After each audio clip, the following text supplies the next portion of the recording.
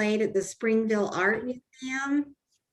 And so when that project is finished, we'll share that with you, but it's really an incredible collaboration. But I just want to thank Jeff for this morning. I reached out to him yesterday and I said, Jeff, while people are entering and waiting for the meeting to begin, would you be willing to play? And he, of course, was very willing to do that for us. So a huge shout out and thank you to Jeff this morning for entertaining us the past 15 or 20 minutes with his beautiful, beautiful music. Becky Peters has started to record the meeting, so you probably get a little notification asking you to agree to that recording. And we'll make that available later on the website along with all of the materials. So again, I want to welcome everyone here this beautiful spring morning on St. Patrick's Day. I've been looking forward to this meeting. It is always such a delight to meet with all of you and to see you and have an opportunity to interact with people that we care so deeply about. And we are so grateful as we've had opportunities to interact with various LEAs and schools across the year to hear of all the really incredibly amazing things that are being done this year to support students, parents, families, school communities, and educators in a very challenging year that we've experienced. So we're hoping that things continue to improve with the virus, that case counts continue to drop, and that at some point in time, we'll be able to gather together and see one another in person again. I want to thank my team for being here this morning. It's such a privilege for me every day to have the opportunity to work with such dedicated, passionate, and talented people. So I'm really grateful for them today and for their participation. Some of them will be presenting to you this morning. I'm going to go ahead and start sharing my screen, and I'm going to ask if my team will kind of monitor the chat box in case some of you have questions. We'll try to address those. But sometimes as you're sharing the screen to share a PowerPoint, you lose the ability to see the chat box. So I will rely on my colleagues to help with that. So let me pull that up and share.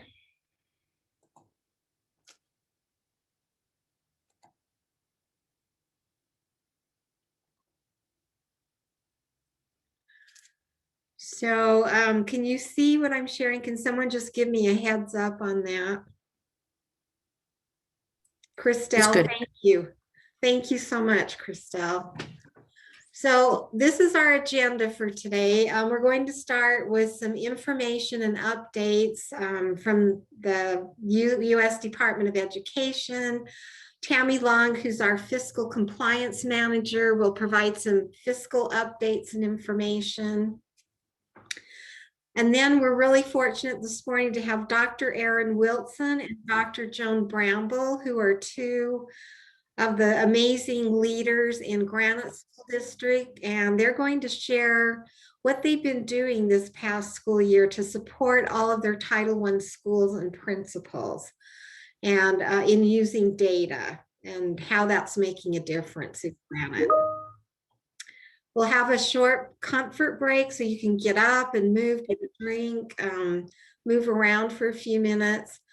And then Val Murdoch will share a few slides and talk to you about the required annual meeting that Title I schools need to have, and some tips and tricks to make those meetings valuable for parents. We're going to have some time to move into some breakout groups and to discuss things that are on your mind. So one of the topics that we thought about was addressing learning loss. Because that's one of the purposes that your ESSER 2 funding had to be spent on. And as we're reviewing, those plans are coming in trickling in as we see what LEAs are proposing to do. We think there's some, some very innovative ideas about what you're going to do across the summer and, into the school year, and starting right now to really work with students and keep them engaged in learning. Then we'll come back to the full room and we'll share out for a few minutes. And then Tracy Van Deventer, who's the director of the Utah Center on Continuous School Improvement, is going to share some information about the many schools we have in Utah that have been identified as targeted support and intervention schools for specific student groups. So she's got some great information prepared to share. And then we'll wrap up and adjourn. So I'm going to put this into slideshow mode here. So we always begin here with our Title I meetings, and that is going back and just reminding ourselves of what the purpose of Title I is. What is the statutory purpose in the Elementary Secondary Education Act, which is currently reauthorized as the Every Student Succeeds Act? So that purpose is to provide all of our children and youth with a significant opportunity to receive a fair, equitable, and high quality education and to close achievement gaps.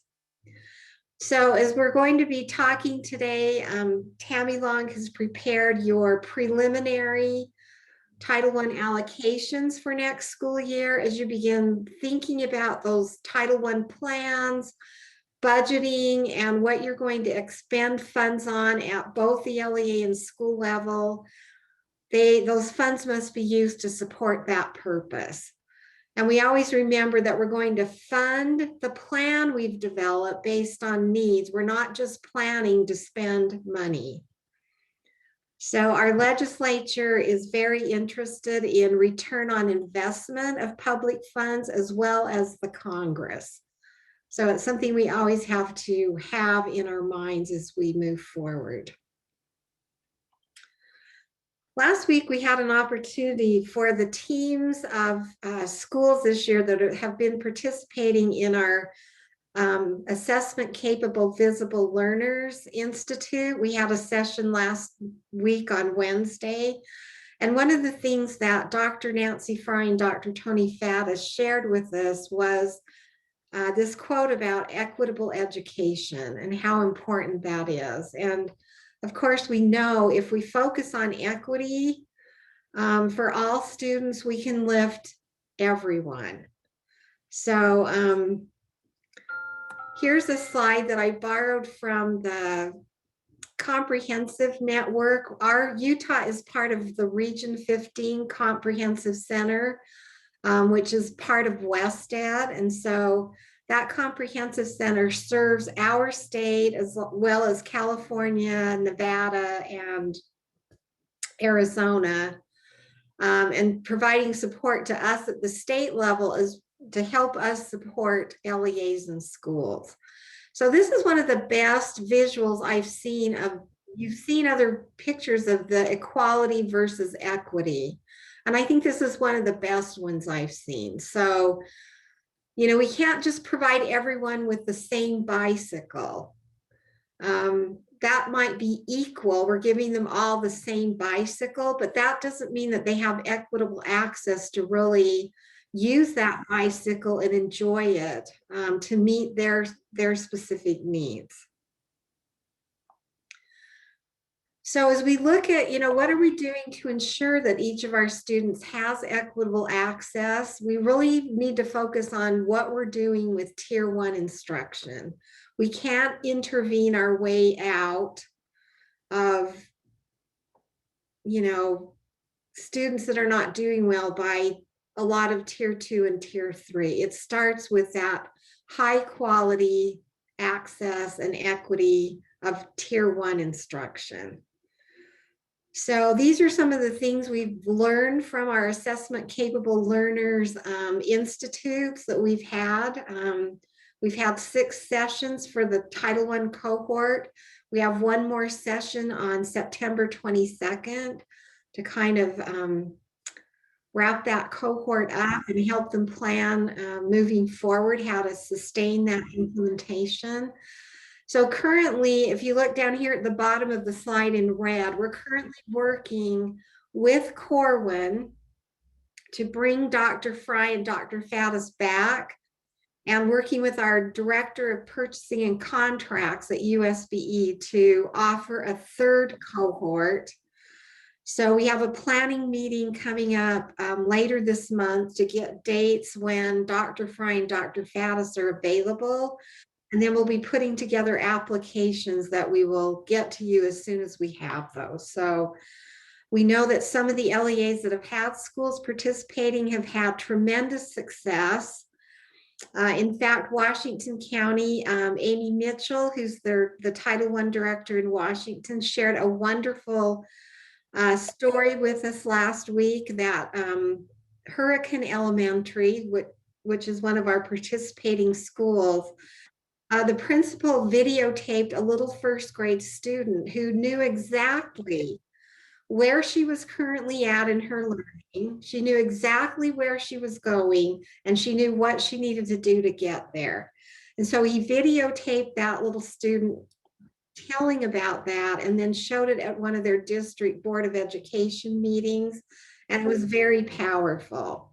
So these are the kinds of things we're hearing from the schools participating. So we know that some of you have had schools participate, and you may have other schools now that are saying, you know, I heard about this from this principal. How do I get my school involved? So we will be offering an additional cohort. The wonderful Dr. Christelle Estrada, who's our amazing Title III specialist, has made arrangements with Aaron Bruff, who is the Data and Statistics Coordinator at USBE, to do a comprehensive equity data review. And that will be for the ALS directors meeting, which is on March 25th at 9 a.m. But Christelle is inviting all of us as Title I colleagues to attend that meeting as well.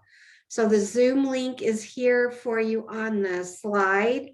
And we hope that some of you will be able to attend that. We know some of you actually serve in your role as working with Title I as well as Title III, but all of you are welcome to attend that session with Aaron.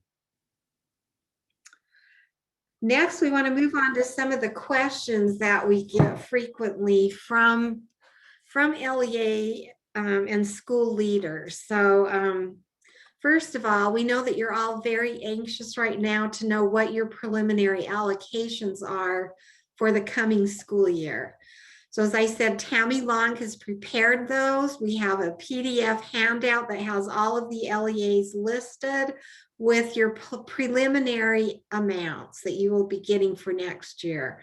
And we hope that this will help you as you begin planning, as you begin having conversations with your Title I schools and thinking about at the district level, if there's funding you want to set aside specifically to support, you know, some of your schools maybe that are in improvement, your TSI schools. A number of LEAs have really been thrilled this year with the work they've been doing with home visits that Cheryl Ellsworth has provided that training across the state.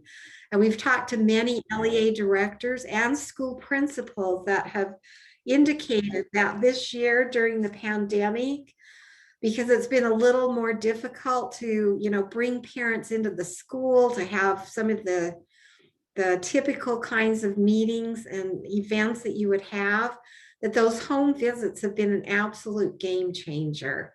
And so some schools have just, you know, met with parents outside in front of their homes, or they've met with parents, you know, at the park or somewhere outdoors where they've been able to socially distance. But they've indicated for the teachers, it has been a game changer, helping them to understand where these children and youth are coming from. What kinds of, you know, things are they dealing with at home? And parents as well are getting a different view of the school personnel, because sometimes parents may not have had, what was a very positive experience when they went to school. So they're thinking, wow, people are actually reaching out to us, and they're not here to tell us what we have to do as parents or what we're not doing that we need to be doing, but they're really here to find out what we need and what our hopes and wishes are for our children. And that's just changing the dynamic on both the home front as well as at the school and district level. We've also had a lot of questions this year about how are you going to determine your school poverty percentages for LEAs that have multiple schools, and you have to rank order those schools from highest poverty to lowest poverty, given the fact that the United States Department of Agriculture extended the free meal option across the country. And so in many cases, school personnel were just dealing with so many things with the pandemic, trying to keep schools open, trying to keep everyone safe. And so parents didn't have to fill out those applications and return them. And so a lot of you have been reaching out and saying, what do we do next year? How do we determine this? So there are many options available, and this is actually in ESSA. These are various options that you have to do those rankings. So you can use the school lunch program data based on the number of students who are eligible for free and reduced price meals. You can look at the number and percentage of families who are receiving assistance through TANF, temporary assistance for needy families.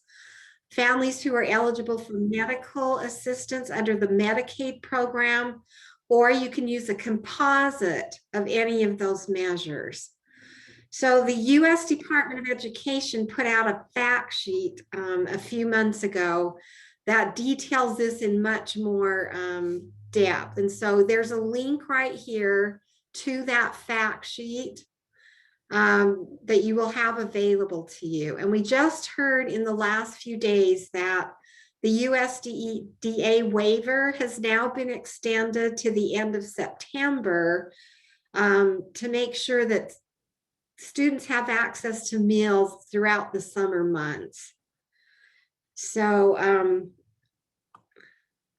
to go back and review that. So to the extent that National School Lunch Program data is not available for 2020-21, again, here are those options that you have. But our Child Nutrition Department did publish on our website the October 31st survey report. And so again, here's a link to where you would locate that. But if you look for it on the website, you would go to the data and statistics section. And then there's a tab that says reports. And then underneath, and then you would find a tab that has the child nutrition program data. But this right here is a link to the actual Excel spreadsheet that has every LEA and every school within those LEAs listed based on the data that was available through the October 31st survey that was collected in this past October.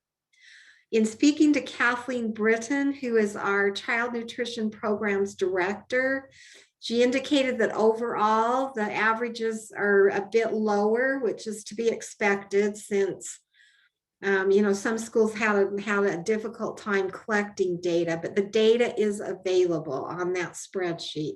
So you're welcome to use that.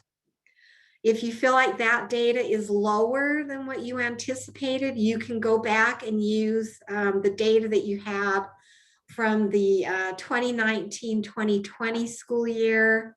Or again, you can use these other methods that are allowable under ESSA. The one caveat is that you need to use the same methodology across all of your schools. So you can't say, Well, we know this elementary school is very high poverty, so we're going to use this data to rank that school. And then this other school, we're going to use this other data. It's got to be whatever you determine as you fill out your Title I applications when those become available for next school year.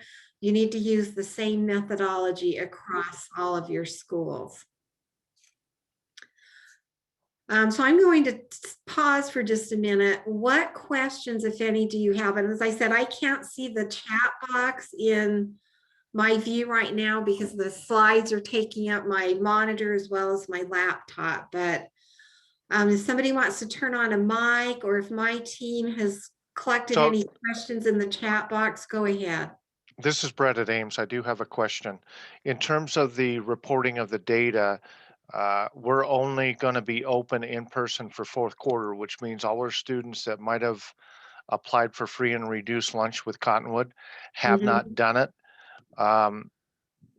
And we at this point do not know how many will apply for fourth quarter.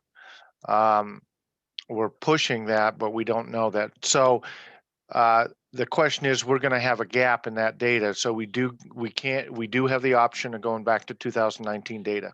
Yes, absolutely, Brett. Okay, thank you. Yeah, thank you for your question. Yeah, absolutely. The Department of Education has indicated that, you know, they know this is an issue across the entire country, and they want LEAs to have the flexibility to use the data they feel is most accurate for next year. So we know that's been a challenge. Other questions? This is Hanifi Oguz at Beehive Academy. Yes, Hanifi.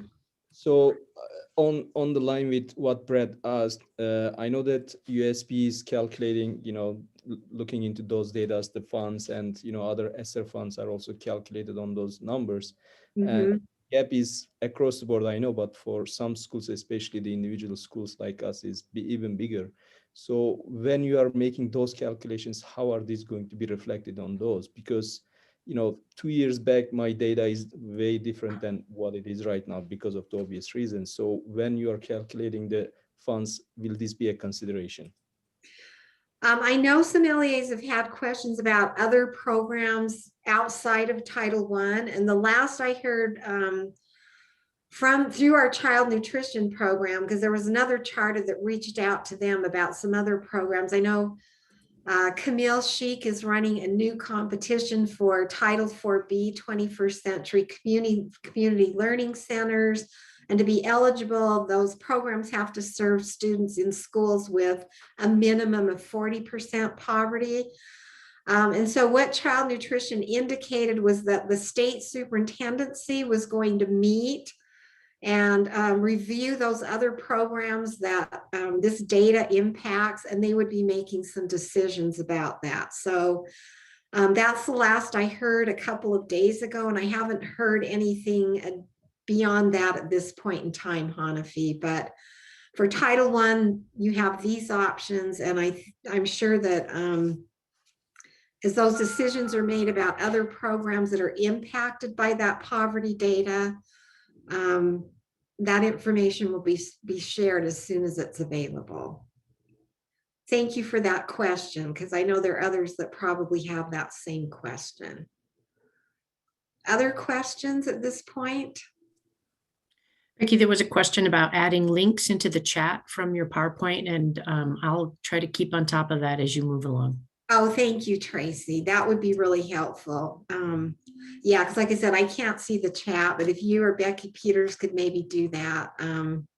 I wanted to make sure they were linked so you had access, but yeah, if some of you want to look at this child nutrition report and just think about, you know, where your poverty rates were in the past and what they might be looking like now. And as you look at that spreadsheet, I was talking to one of our directors yesterday, and we pulled that spreadsheet up, and she was able to look at it with me as we were on the phone. There are some schools that are in red. Those are the schools that are participating in the community eligibility provision. That is a provision that's under the USDA, part of the child nutrition programs. So if you have schools on your list that are in red, that's what that signifies. Those are those schools where for a period of years, schools that are in high poverty communities, if they're apply and are approved for that provision, then for a certain period of years, they don't have to collect any applications from families. Essentially what they say, what it is based on other data like TANF data, Medicaid, other kinds of certification data. That school is assumed that all students within that school are 100% poverty. So there are some LEAs that have, you know, multiple schools. Some LEAs may have 1 or 2 schools, but even though that might not be their actual poverty rate, that's how that program operates. So they have flexibility in not having to collect that data. And then just to follow up on those links, there's a question about being able to access the PowerPoints that are going to be used. So how will they get those copies? Becky Peters will make sure those are sent out. And then when we get the recording of the meeting posted, they'll also be posted online. Thank you. Thank you, Tracy. So another question we've received quite frequently, Val and I fielded a lot of questions about this, is what are the paraprofessional qualifications in Title I schools? So we'll start with targeted assistance schools. So in a targeted assistance Title I program, all paraeducators or substitute paraeducators who are paid in whole or in part with Title I funds, including paras who might be working in a preschool program or working with special education students, if they are paid with any Title I funds at all, they have to meet the highly qualified standards that were part of the NCLB.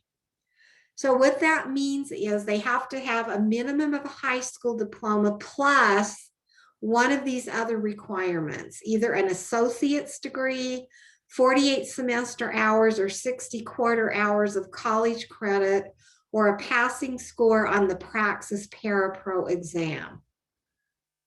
If they are in a targeted assistance school and they are not paid at all with Title I funds, then they don't have to meet all of those qualifications.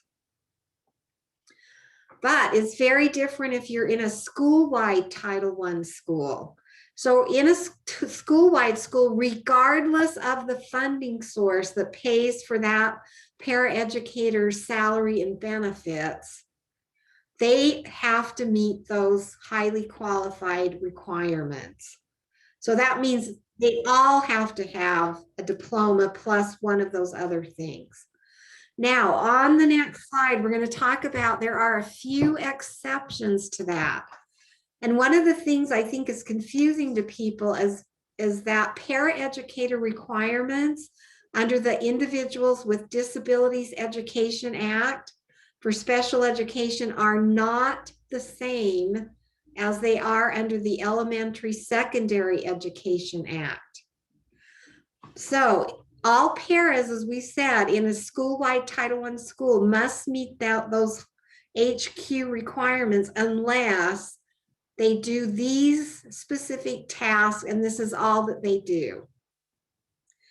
So if you hire a paraeducator and that paraeducator only works with parent engagement, they're a parent liaison, then they have to have a high school diploma. They do not have to meet those other requirements. If their responsibility is just to provide translation services for students who are English learners and their families who are, don't speak English, they just have to have a high school diploma. If they are a paraprofessional assigned to a student with really severe disabilities or they're medically fragile students, and they aren't providing any instructional services, but they're providing, personal assistance, personal care types of services, then they don't have to meet those highly qualified, but they do have to have the diploma.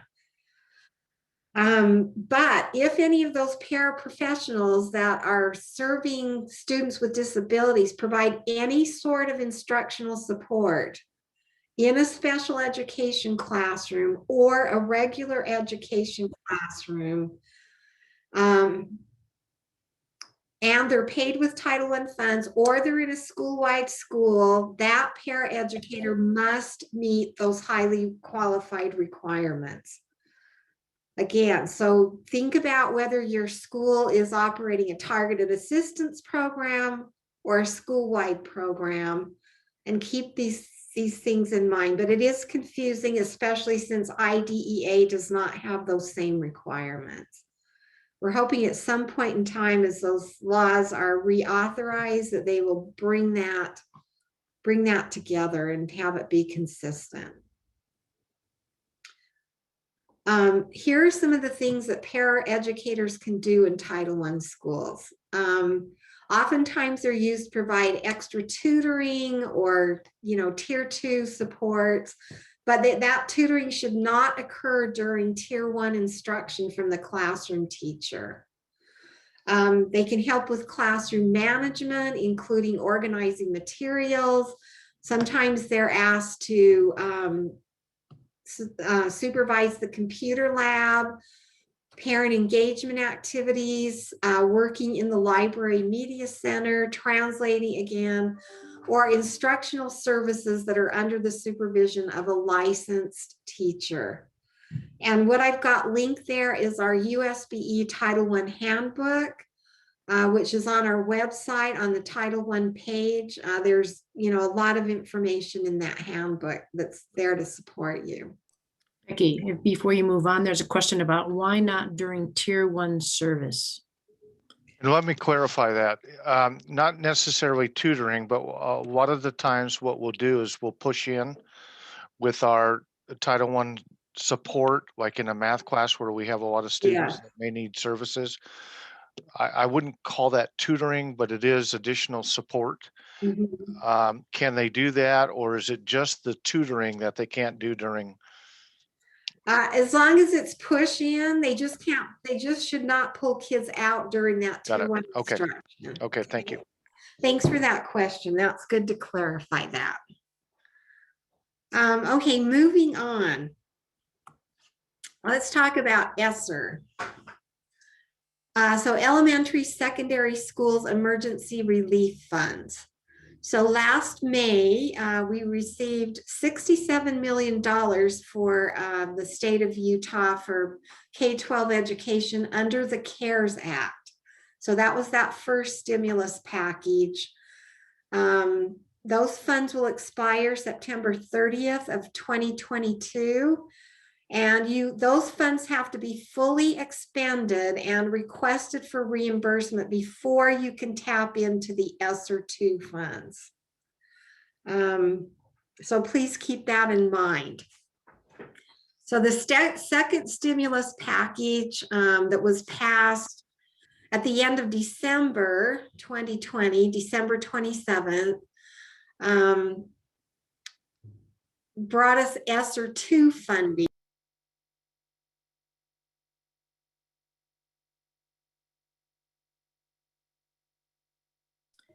Becky, sorry to interrupt, but you magically became muted and we want to hear every word. Okay, I don't know why that happened. I haven't touched anything, but can you hear me now?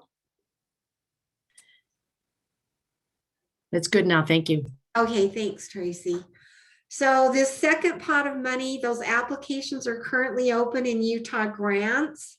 Those applications close at the end of this month. So you need to be aware and make sure that your applications are in. A complicating factor that occurred during our state legislative session was that the legislature put forth language in the public education appropriations bill that limited the use cases somewhat from what the federal use cases were. And what they indicated is that if LEAs choose to spend their ESSER II funding on any types of facility upgrades that are permanent. So say, for example, an LEA wanted to replace the HVAC system because it's old, or they wanted to install permanent fans or something to increase ventilation, or in the federal law, it says, you know, LEAs could replace doors or windows if that made the building safer during a pandemic. And what the legislature said is if LEAs chose to spend money on those types of capital facility upgrades, which are allowable under the federal law, but because the legislature established language in the legislation they put forth in this last session, then those LEAs would lose $1 per dollar of their MSP funds. So if you're buying things like portable air filters, or we've had LEAs ask about putting in amplification systems so that students can better hear their teachers. If those are not permanent systems that you're, you know, remodeling a building to install, and you can directly link that to one of the federal cases, as well as indicate how it addresses learning loss as required by the legislature, you should be okay. But any sorts of permanent remodeling to buildings, that's what will trigger a reduction in MSP funds. We want to make sure LEAs are clear on that. So we've Dr. had a lot of Donaldson, LEAs that have been, yeah, I'll take questions in just a second. So we've had quite a few LEAs that have been reaching out to us before submitting their applications to say, we want to spend our funds on these things. Are these allowable? And so then we have a team at our office that reviews those, and we, you know, if we think those directly link to one of the federal uses, as well as can be linked to, you know, addressing learning loss, then we'll respond to the LEA and say, yes, you know, this will align with this particular use case. So just be aware of that. So questions you have about ESSER II funds? well, this is Brett again. I don't want to be the squeaky wheel, but I had completed my grant when they pulled it and changed the conditions. We've got to do something with this. So once they changed the conditions, I lost all the data that I had put in. That means I have to start completely over. Got to find a way that we can fix that in Utah grants, that stuff doesn't completely disappear if this happens again. The other thing that I'd like to see, that there also has to be a way for us to be able to ask for the amount that we can use, not just the amount that is allocated. Does that make sense? We can't complete a grant. Let's say it's 174,000, we're going to use 100,000 of it. And that's what we think we can realistically use. That other 74,000 we have to put in and figure out what we're going to do, because we can't complete the grant unless we put in all the allocation. So that also brings up my second or third question, whatever it is if we put something in this ESSER grant and we don't use the funds, how does that get paid back, or how does that work out in terms of if we don't use that? Yeah, what would happen with that, Brett, is that you would have to indicate, you know, as you draw down as much of the funding as you could, then you'd have to waive. You'd have to indicate that you're waiving the remainder of those funds, because what the funding allocations for all of these ESSER funds are based on Title I allocations that go both to the state, and then the state has to base the allocations that go out to the LEA on the Title I formula. So it's based on whatever percentage of Title I funds an LEA is eligible to receive.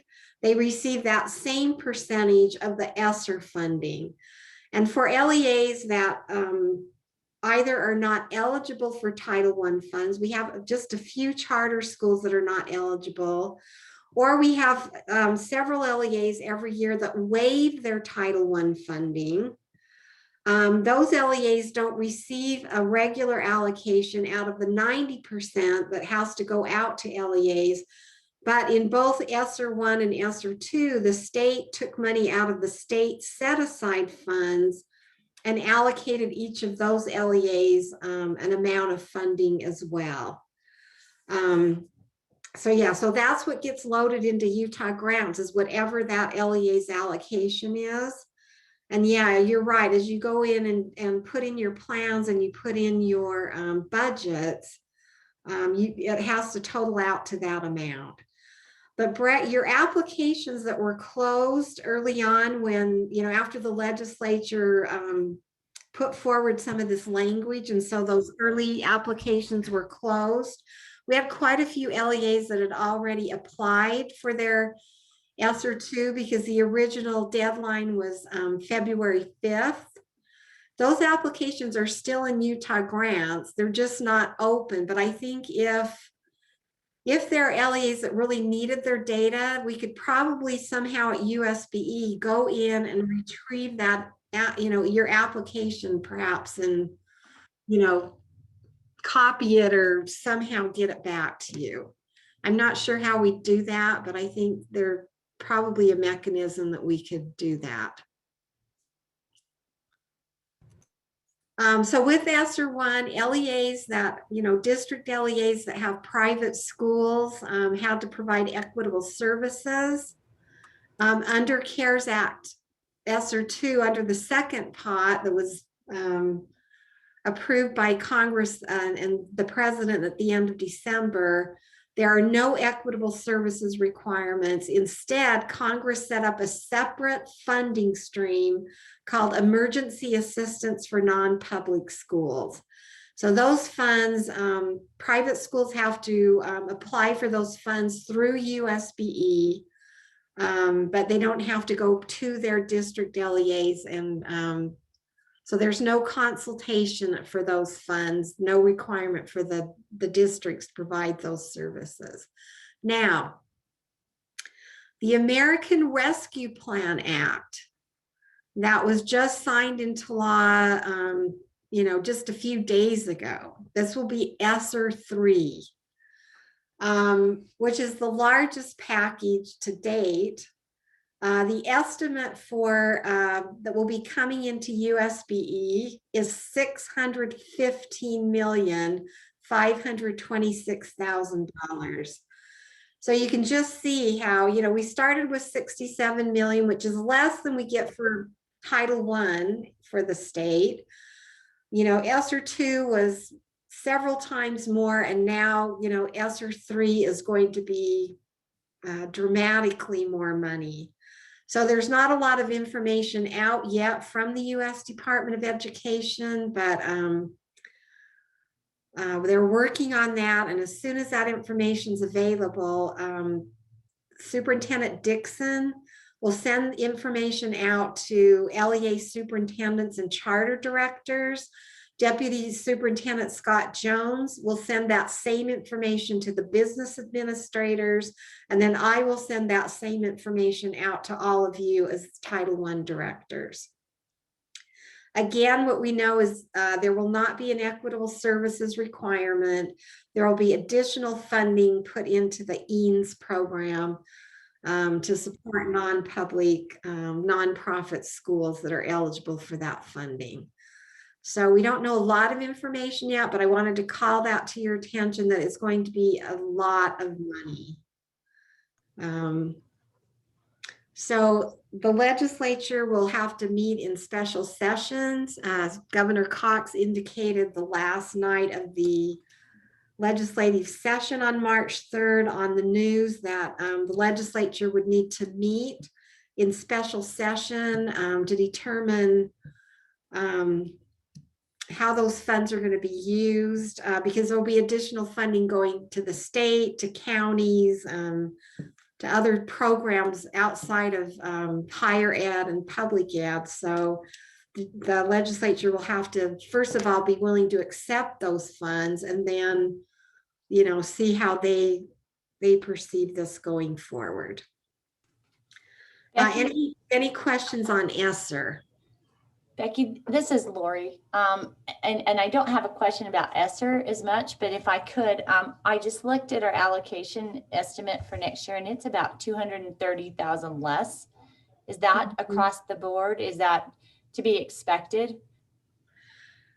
You mean your LEA allocation? For Title 1A? Well, we'll talk about that in a minute because Okay. statewide overall, we got an increase. Oh, that's, but there are things that go into how that's allocated, and Tammy Long can answer some of those questions, but we're going to move on. We'll talk a little bit about how the Department of Education determines our allocations. So if we look back at federal fiscal year 2020, which provided funding for this current school year, the allocations for the ESEA programs are now final.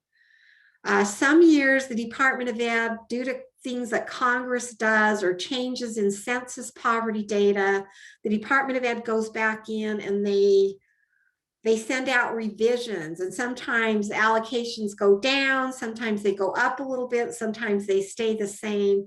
But what the Department of Ed has indicated to us is that they believe those allocations that we currently have are final, and they don't anticipate that there will be changes to those. So for next school year, the federal fiscal year 2021 appropriations were signed into law on December 27, 2020, along with that ESSER 2 stimulus fund. So the funding levels have currently been set for the programs next year. And again, those are preliminary. So what the Department of Education had to use was US Census Bureau data that was released on December 8th of 2020. There's always a 2-year lag. And so that data determines the estimates for 2019, and that's what they use to calculate our 2021 preliminary allocations. So an important factor for every state is what the share of the total number of poverty children are. So if a state has an increase in the share of student poverty compared to the prior year estimate, then they may experience a gain. If their share of poverty, part of that national poverty goes down, then there will be a loss. So this is currently the overall allocations for the nation. So you can see that Title I had a $227 million increase. So a slight increase, about a 1.4%. Title 1B, which is money that comes to states to help support state assessments, that was flat funded. Title 1D, which is neglected and delinquent services, they had a slight increase. Title 2A, about a 0.5% increase there.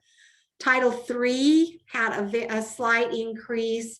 Title 4B, which is the 21st Century Community Learning Centers after school programming, had a slight increase, and McKinney-Vento also had a slight increase. So I'm going to put up this map that the Department of Education shared with us. So you can see that 28 states in the 2019 census poverty estimates had increases. 24 states that are in the gold color decreased. So over here in 2017, our share of poverty across the country for school-age children, those are children ages 5 to 17, we had 9.33%. Our share of poverty in 2018 dropped. So So that was for federal fiscal year 2020. It dropped to 8.82%. The estimate for 2019 has increased again. So that's what that indicates right there. So again, there were 32 states that saw increases in their overall Title I allocations to the state. And so Utah is one of those states. 20 states have decreases in their preliminary allocations. Okay, so we had a slight increase in the congressional appropriation, and we had a slight increase in our school age poverty counts. So looking over time, in state fiscal year 2018, we received almost $88 million for the state of Utah for Title I-A. We had a huge decrease in state fiscal year 2019. So it went down to 81.3. State fiscal year 2020, we had a slight increase. State fiscal year 2021, we had another slight increase. And for state fiscal year 2022, which is next school year, our preliminary estimate has gone up by about $5 million overall. Okay. So again, the Department of Education they hope to release the final allocations in June of 2021. That will determine the award letter that Utah receives on July 1st for this coming school year. The 2020 decennial census will begin to impact the census poverty estimates starting in federal fiscal year 2022, which will be school year 2022-2023. So basically, this is not based on any poverty data that LEAs have. It is not based on any poverty data that we have in the UTREC system. It is based on United States Census Bureau poverty estimates based on geographical areas across the country. So for school districts that have boundaries, the Department of Education can sort of estimate those allocations, and they send us a spreadsheet that has all of our district LEAs listed with an estimated allocation. They cannot provide those estimated allocations for any of the charter LEAs because they don't have geographical boundaries. In essence, they're boundaries of the state. So a lot of times LEAs will say, well, this can't be right because we feel like we have more kids on free and reduced lunch. It has nothing to do with free and reduced lunch. It's all based on the federal determination of what family poverty indicates. And those are very, very old formulas. They were determined decades ago by someone who said, okay, if you have a family of 4 and this is your income, then you know, this is the income level. So these formulas are old. There are small states that have very small populations that we have to receive minimum allocations. So they kind of get a leg up. Utah, it receives really per pupil, we get the lowest per pupil allocations for our federal education fund than any other state.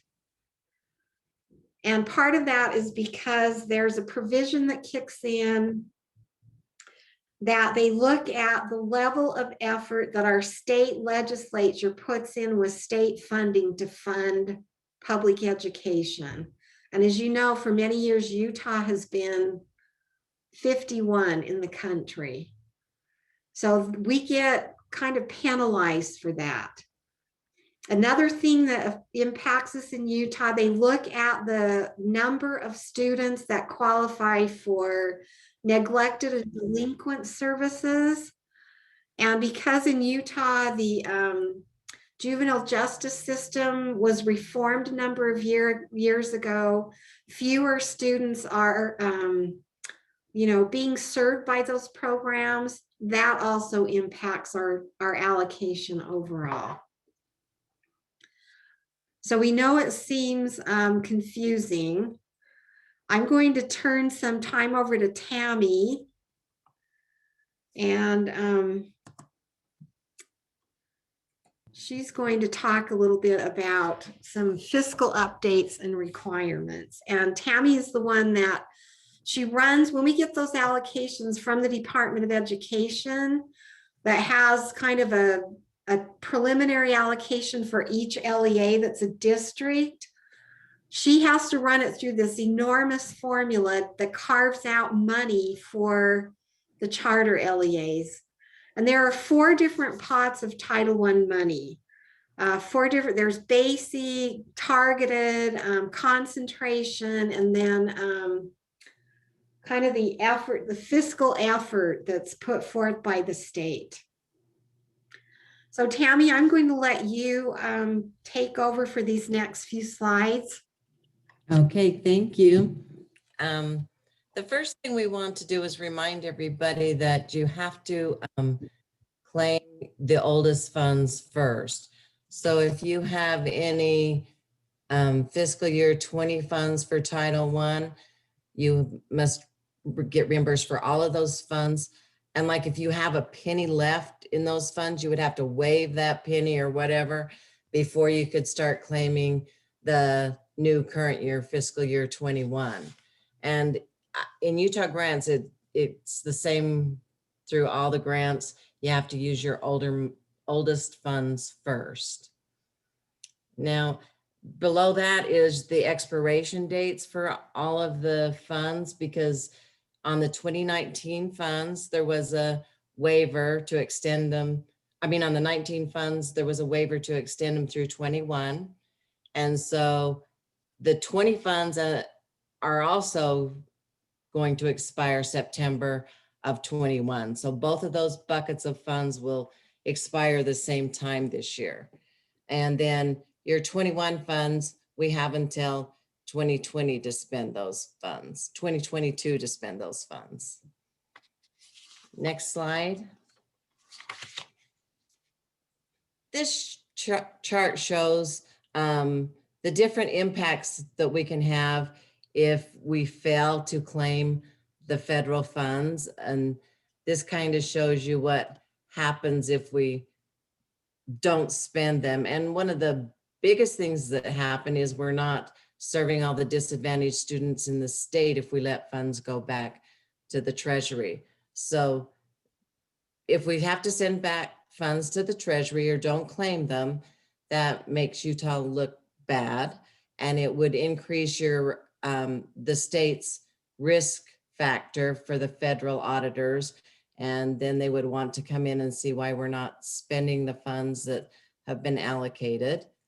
And then Congress is also looking at all the funds to make sure they're being used.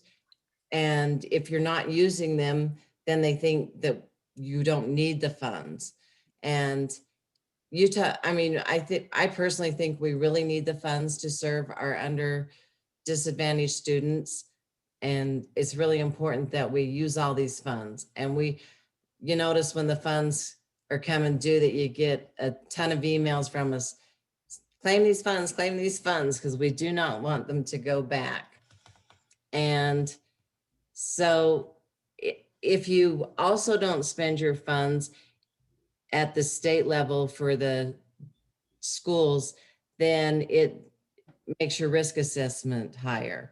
And we like to stay off all the risk assessments. We don't like to be targeted for not using funds or misusing funds. And because Utah receives the least amount of funds, it's really important that we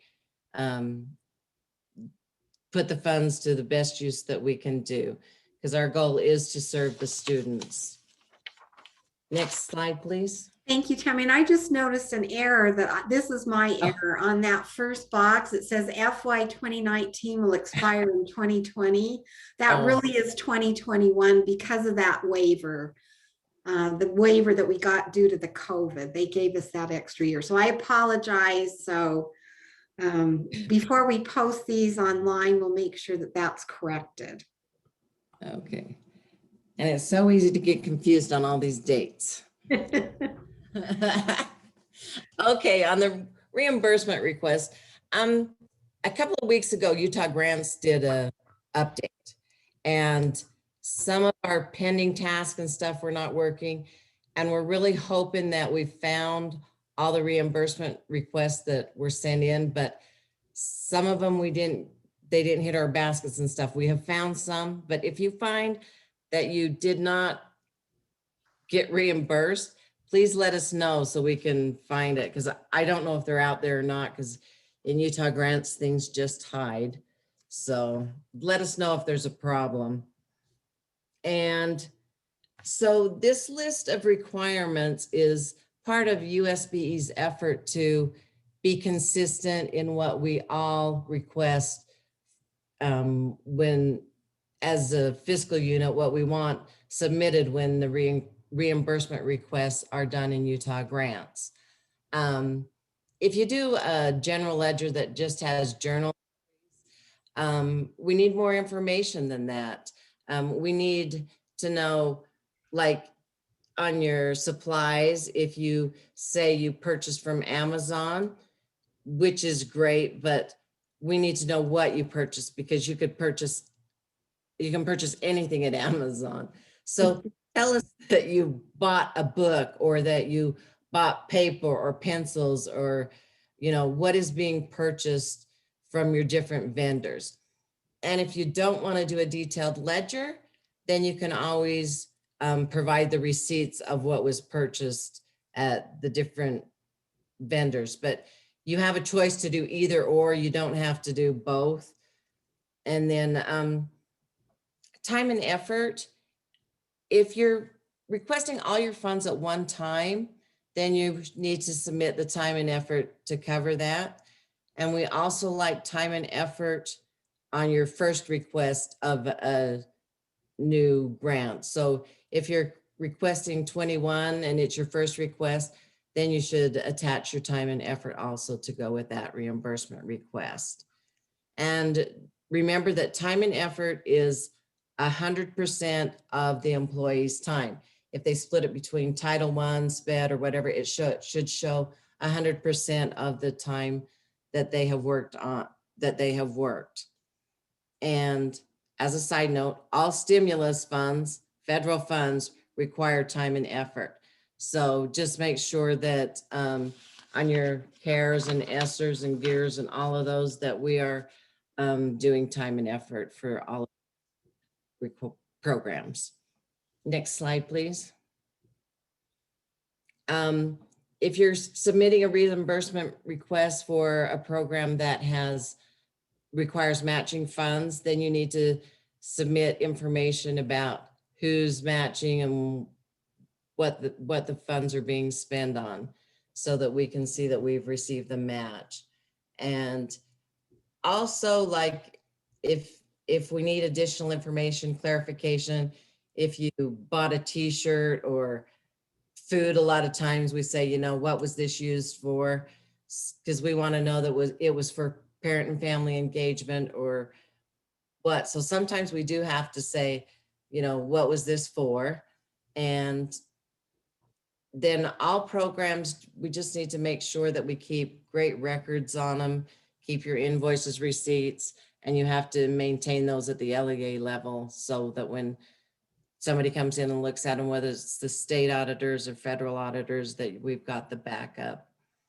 And as a last note, all federal programs and state programs are highly scrutinized. So we just want to make sure that we keep great records, and so that we can support our reimbursement requests. So I think that's all I have now. Back to Becky. Thank you. And just for your information, the state auditors this week are starting to audit the ESSER one funds. So they'll be reaching out to a number of us across USBE to get information, and they may, at some point, you know, we may have to ask for additional information from some of the LEAs if they have questions about, you know, how those funds were used. So just kind of be aware of that. They've already started that process. So just a quick look ahead at next year as we get ready to wrap up this portion. Here are the dates that are upcoming. This summer, the Utah System Conference will be held, but it will be virtual. So those dates are there, and we'll talk a little bit about more. So August 13th, we'll have the training for any new Title I directors, as well as a refresher for anyone that wants to attend. Everyone's welcome. September 29th, we'll have Title I directors meeting in desktop monitoring instrument training. November 10th, February 16th of 20 through the 19th of 2022 will be the National ESEA Conference. That will be in New Orleans this coming year, but they're also talking about having some virtual options as well, so that if there are people who are not able to travel yet, there'll still be opportunities to participate. And then March 31st will be our spring Title I directors. These dates are also on your agenda, but we wanted you to have those so you can kind of put them on your calendar. So for the Summer System Conference, we have the keynotes that have been lined up for last summer when the conference had to be canceled. So Tara Brown is the connection coach. She'll be the keynote on July 28th, and then we'll also be doing 2 breakout sessions. She's very dynamic and passionate about making those personal connections with students and families and colleagues, and what a difference that makes. And then the second day, Dr. Linda Cargus-Bone will do a keynote and as well as 2 breakouts, and she focuses on trauma-informed instruction, how to reverse the effects of adverse childhood experiences, and do some things that are brain-based kinds of opportunities that help students. There are some grant opportunities coming up. Camille is holding a competition for 21st Century Community Learning Centers. You can see the information here, and there's a link to the grant webpage where she's got all the information about applying. Here's the time frame for those applications. And certainly if you have questions, please reach out to Camille. She's always very willing to provide support and answer your questions. Robert Palmer is also holding a competition for the State Partnerships for Student Success grants. So here's some information about what those grants, it focuses on a feeder pattern with a high school, and then the schools that feed into that school, and it requires partnerships with nonprofit organizations, businesses, the city or county where that school feeder pattern is located, higher education. So again, there are the pertinent dates. And again, please reach out to Robert. He's happy to help you if you have questions or need more information about that. And then here are some resources that I wanted to make you aware of. In our State Board of Education meeting last Thursday, Deputy Superintendent Angie Stallings, who's a policy expert and works closely with the state legislature, she put together a quick guide, which is about a 5 or 6 page document. It's linked here. Here's a picture of the first page. But it gives you some of the highlights from the 2021 legislative session and some of the key bills that impact education. We want to make sure you have those.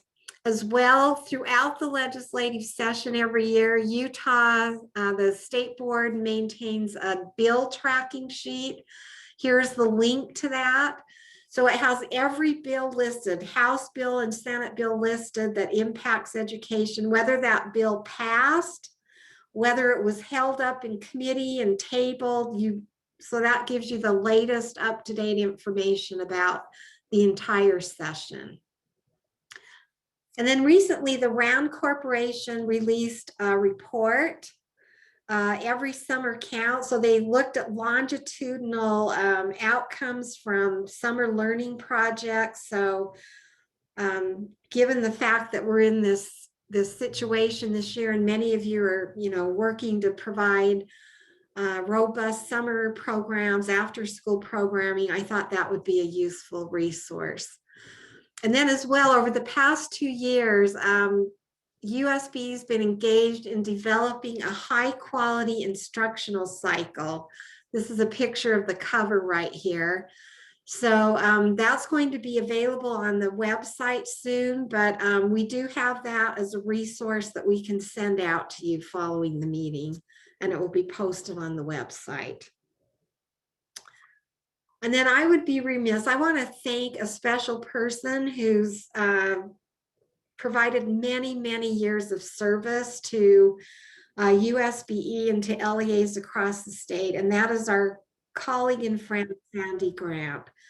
Sandy is going to be retiring sometime this summer, and so this will be the last Title I meeting she'll be attending, and I just couldn't let this opportunity go by without publicly thanking her for everything she's done over the years. We really hate to see Sandy go, but we know there are other things that she has on her horizon that she enjoys and wants to do, travel and other things that she's really looking forward to doing, spending time with her friends and family. So many thanks to you, Sandy. A few years ago when Craig Kelly retired, I closed my office door and sat in there and bawled for quite a while. And I'll probably do the same thing when that day comes when Sandy actually wishes us all goodbye. But Sandy, thank you so much. We wish you the very best. And then here's our contact information. So as Sandy works toward retirement, Marilee Wendell, who's been working at our office for the last few years, supporting the enhancement for at-risk students and some of the programs under adult education and prevention programs with Brian Olmsted's team.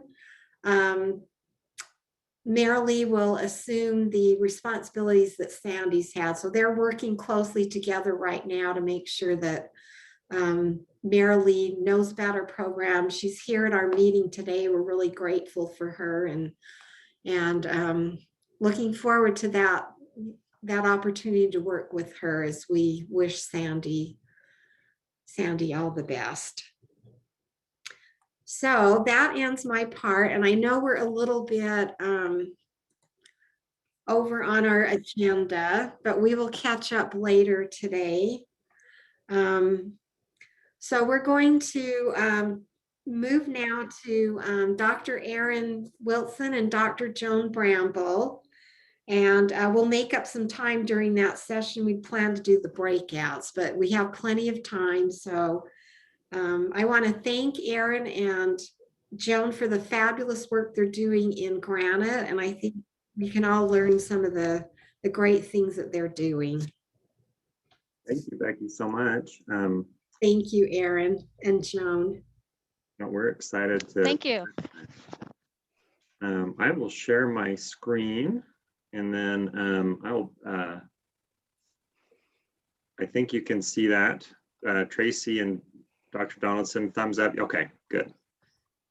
All righty, friends. Well, happy St. Patrick's Day to everybody. And so I'm Erin Wilson. I'm new to my role this year in supporting Title I schools, although my teaching and administrative experience has been at Title I schools. So yeah, Joan and I will share how our department's been training and supporting Title I principals, but I'll preface our remarks by saying we know that there's really cool things happening in other LEAs and charters, and we're excited to collaborate with you and learn from you, especially when we can meet in person. So I'm looking forward to that. And thank you, Dr. Donaldson, for inviting us to present to your team and the great work that you're doing to support our schools.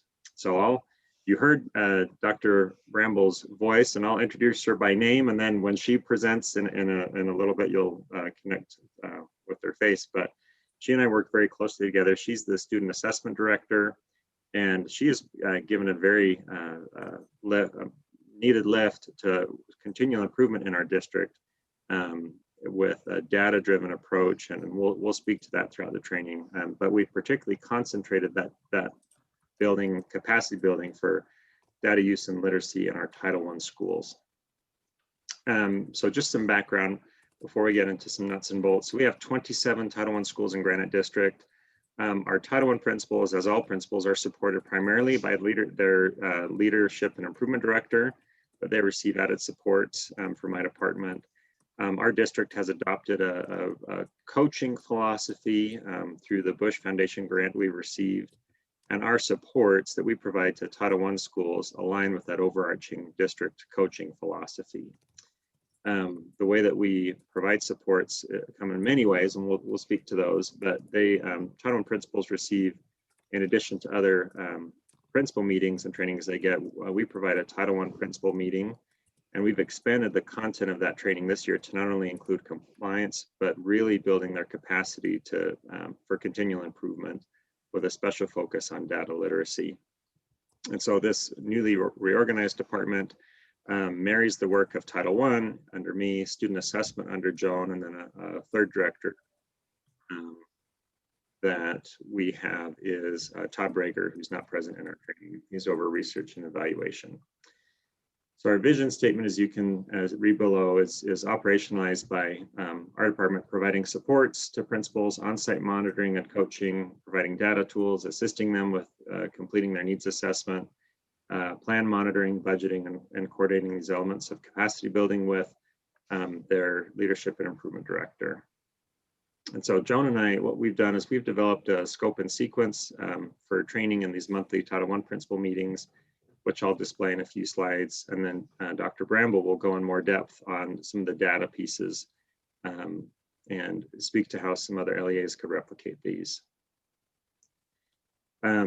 So we'll talk about, I thought it would be just some other context to mention some of the things that I do in our fall in-person visit. I won't go in depth in these because I imagine you do some of the same, but the purpose is for our principals to show off their school, and so that we can see evidence of their Title I plan in action, and then provide some monitoring and training for these principals.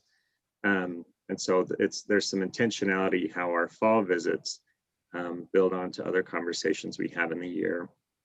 And these slides, by the way, will be, I've already shared them with Dr. Donaldson, and she'll send them out to you if you have an interest or desire in looking at them later. In addition to that fall on-site visit at the Title I school, we do an in-person mid-year goal check-in, data review, and budget meeting. And so in this meeting is my secretary, Joan, who's provided individual data for these schools based off of their Title I goals that they set. And there's a structured goal reflection. Present in that meeting is also the principal supervisor, the Title I principal, him or herself, and then others such as the school's financial secretary, assistant principal, or perhaps even their instructional coach. In this meeting, there's that goal reflection, a strategy inventory to make sure their strategies that they're employing are the most effective in reaching that goals.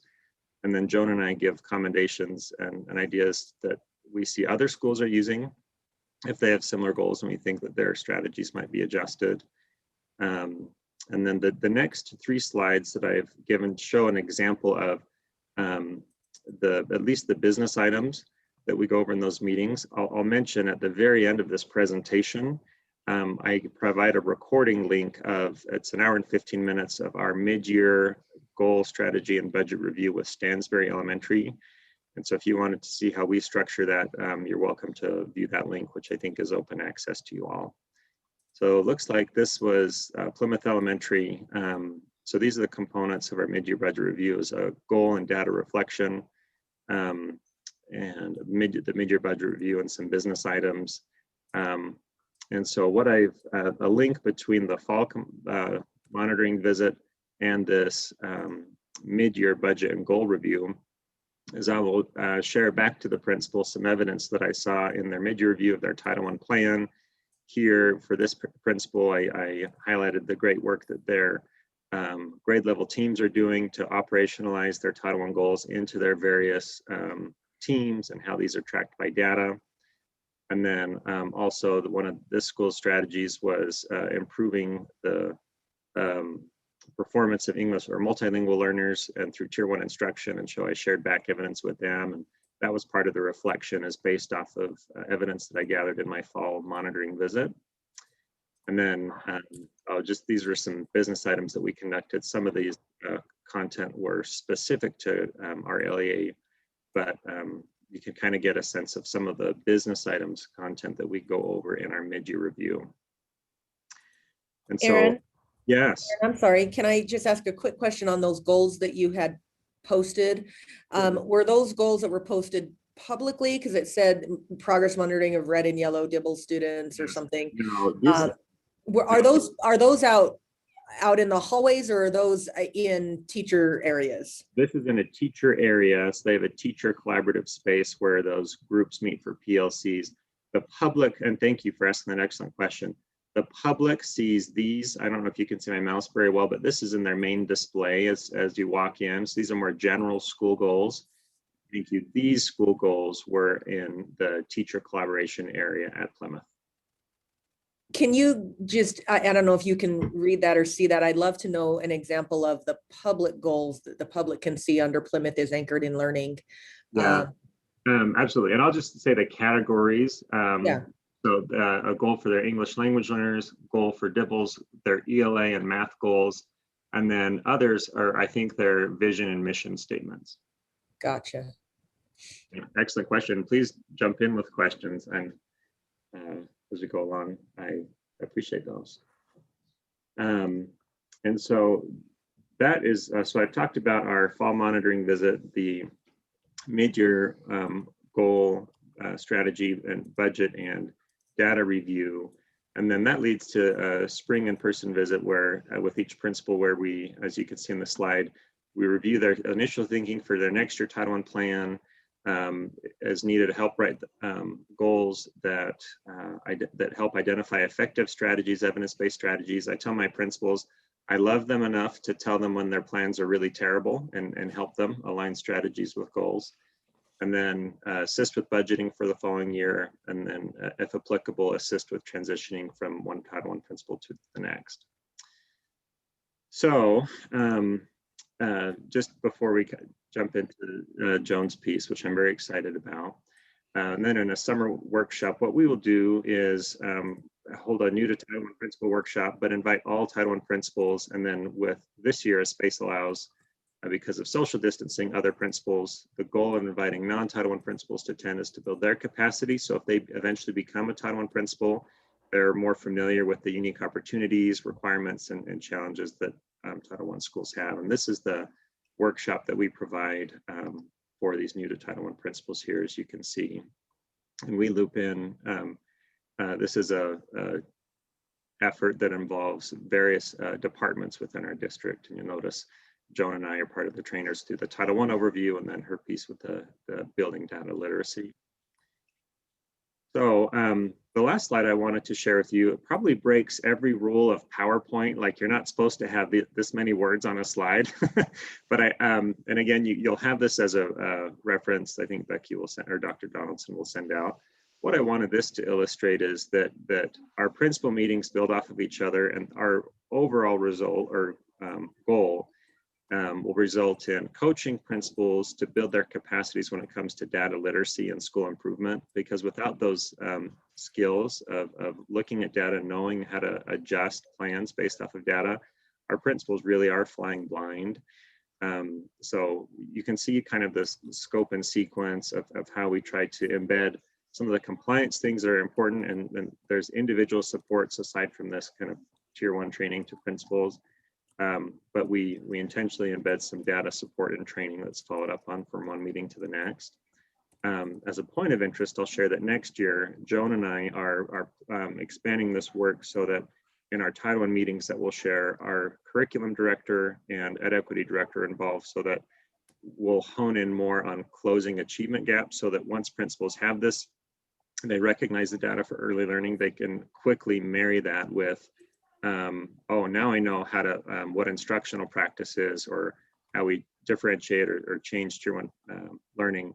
So they're equipped to go back to their staff, and based off of whatever data their school have, they can adjust their school-wide plans. So that's our goal for next year, and this was a foundational year.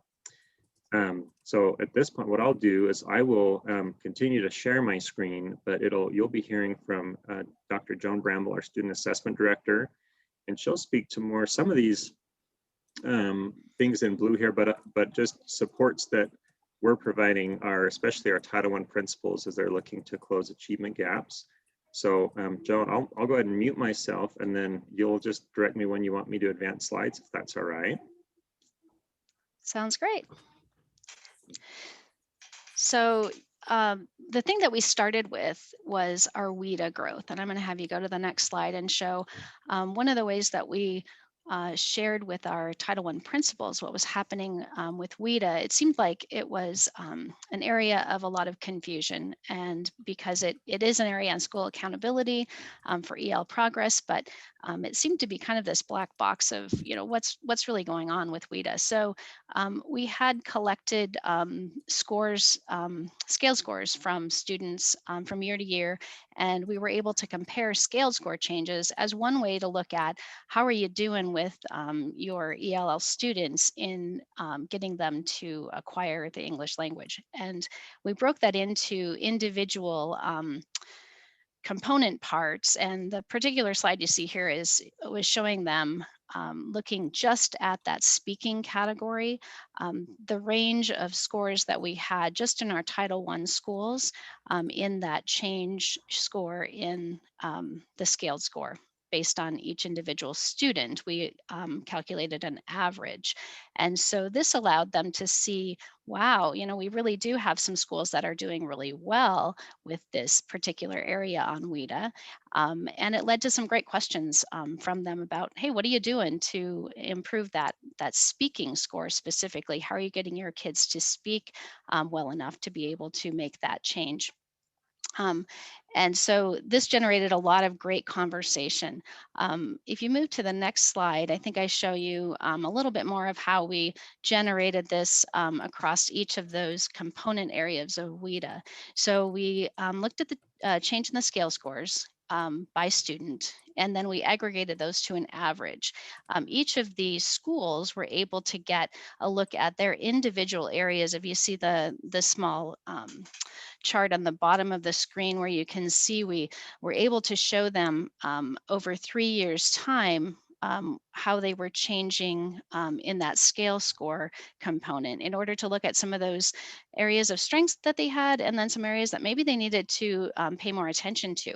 So in this particular one, you see the speaking area for this school went from, they were losing ground, they ended up gaining tremendous ground. And so in talking to the school about, hey, what things are you doing? We found we could really share some great strategies for schools in terms of building that capacity for their English language learners to achieve.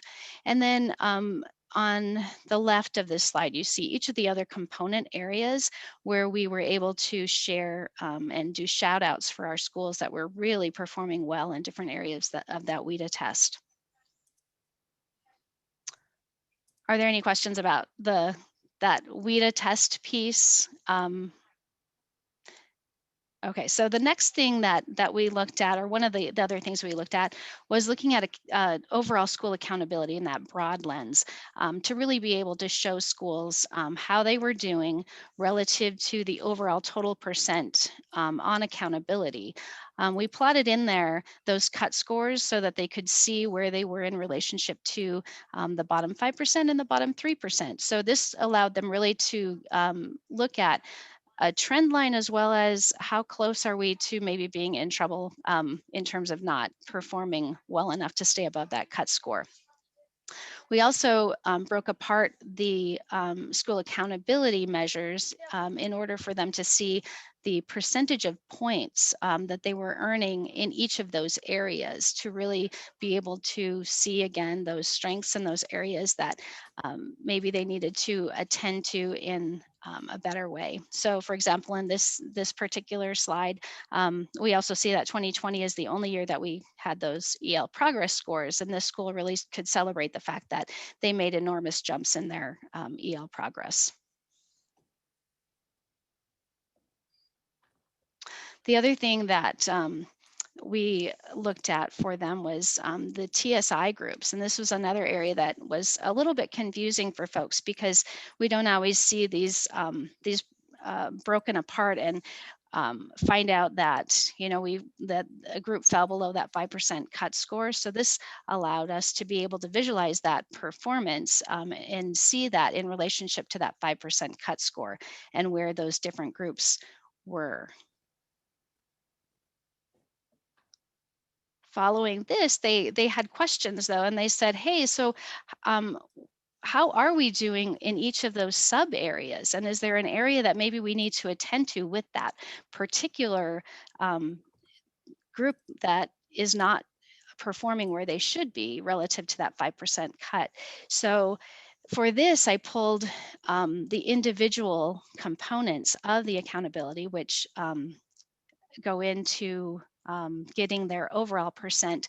And so if they're falling below that 5% with their ELL group, for example, they can see that obviously in this particular graph, the achievement is an area that they're really struggling with on their ELL population.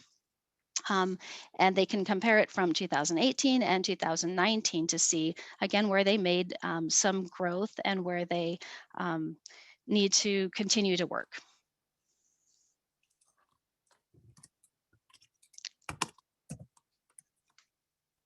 So in order to pull this data, I was able to get a lot of this from the USBE website. So there are some targeted ranked lists on the website where you can pull all of this information, and it will give you each of those individual indicator areas too that I was able to pull for them. Is there any questions on this so far?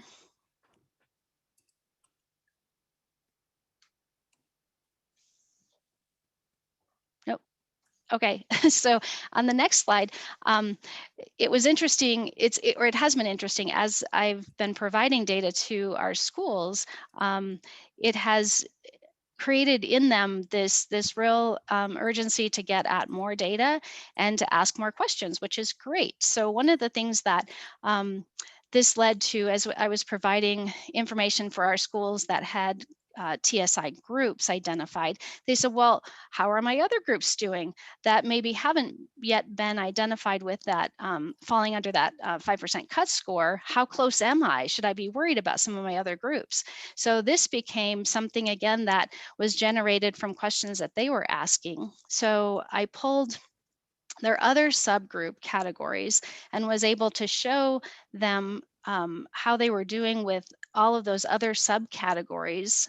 And this allowed, again, for a lot of great conversation, a lot of great questions, and a way for them to visualize this for their faculties too, as they could look at how they were doing. Question, And- Joan? Yep.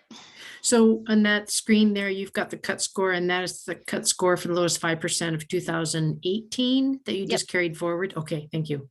And then 2019 was a different cut score. So so if you notice it Drops a slightly little. changes in 2019. Yeah. So I captured both of those.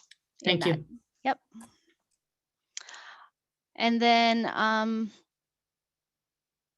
let's see.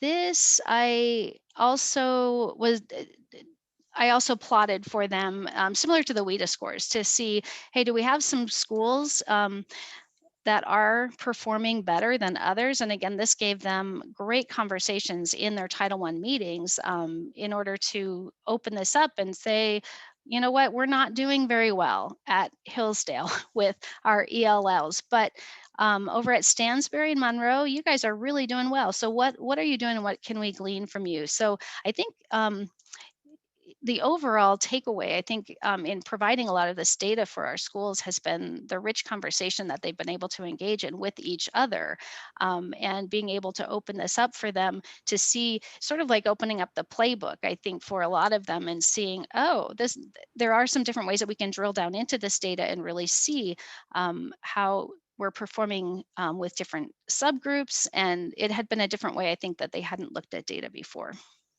I have two follow-up questions. Number one, when you say we provided, does that mean that your assessment department provided this to principals?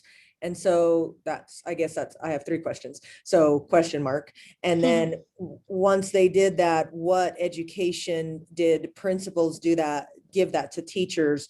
Was their vehicle through PLCs? Was it a faculty training? Because I mean, the lift that is, I think what Christelle called it, data literacy, is enormous. And so for them to be able to just read that, understand it, and then make instructional decisions on that is just such a culture shift. I'm just wondering, maybe this is an Erin question too, like how have you seen that shift, and has it come to fruition yet?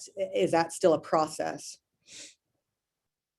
Yeah, those are great questions. And we've definitely opened up a window that has allowed us to see that lack of data literacy that exists in our principals. And so one of the pieces that's been prominent in my presence in a lot of these Title I meetings is really to be able to provide that and give them ways to look at it.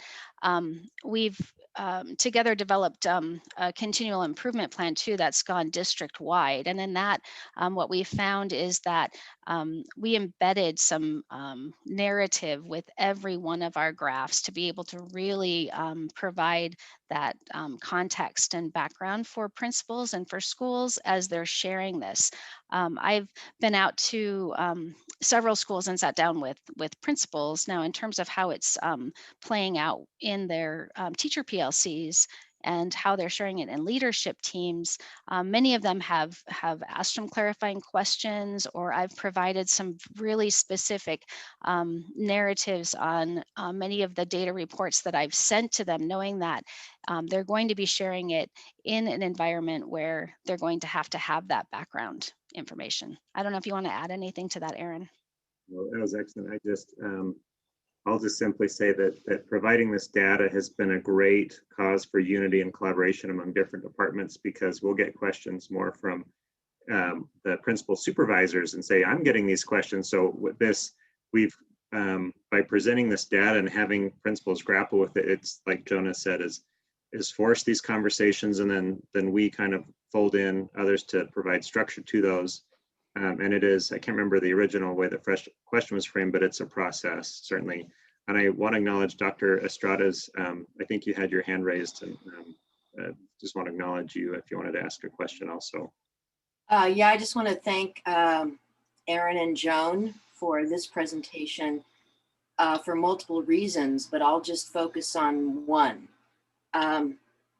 When I did the data in relationship to USBE school recognition, Stansbury School and Monroe was with the group at Granite that got recognized. And the reason they did is that the percentage of students who are multilingual learners and actually achieving an annual growth goal was among the highest in the state, with many schools in Salt Lake who have really focused on the way in which principals are working at grade level teams to support students looking at trends in instruction, especially grades 3 and 4, where academic content becomes more challenging, and the way in which data are used in PLCs. And so we have really great examples across the state where that work is being done. Weber School District also has a process.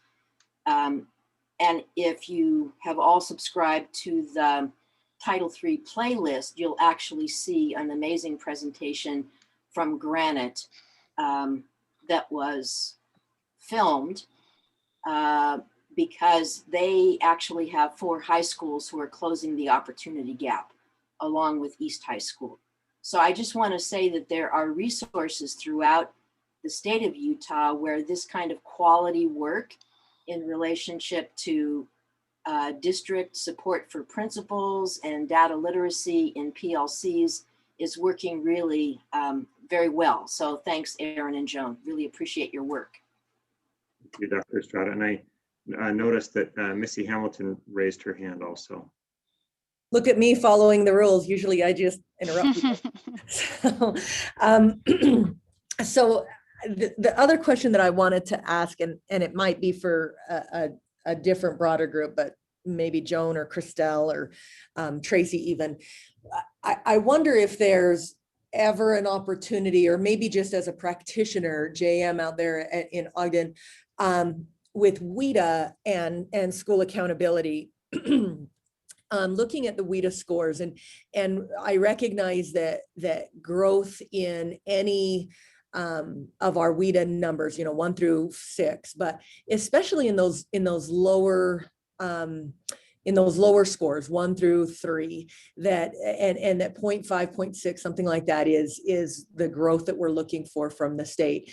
But whenever we see a kid that gets growth in those lower areas, the 1s and 2s, or like a 2.3 to a 3.2, like that's tremendous language growth. I'm wondering if those are ever going to be considered weighted more heavily than, say, growth in like from a 4 to a 5 or something like that. Just something to think about. And I just want to throw another idea out there, and it's not an original idea by any means, because I'm not that cool, but I stole it from Jordan, as I'm over gifted and talented.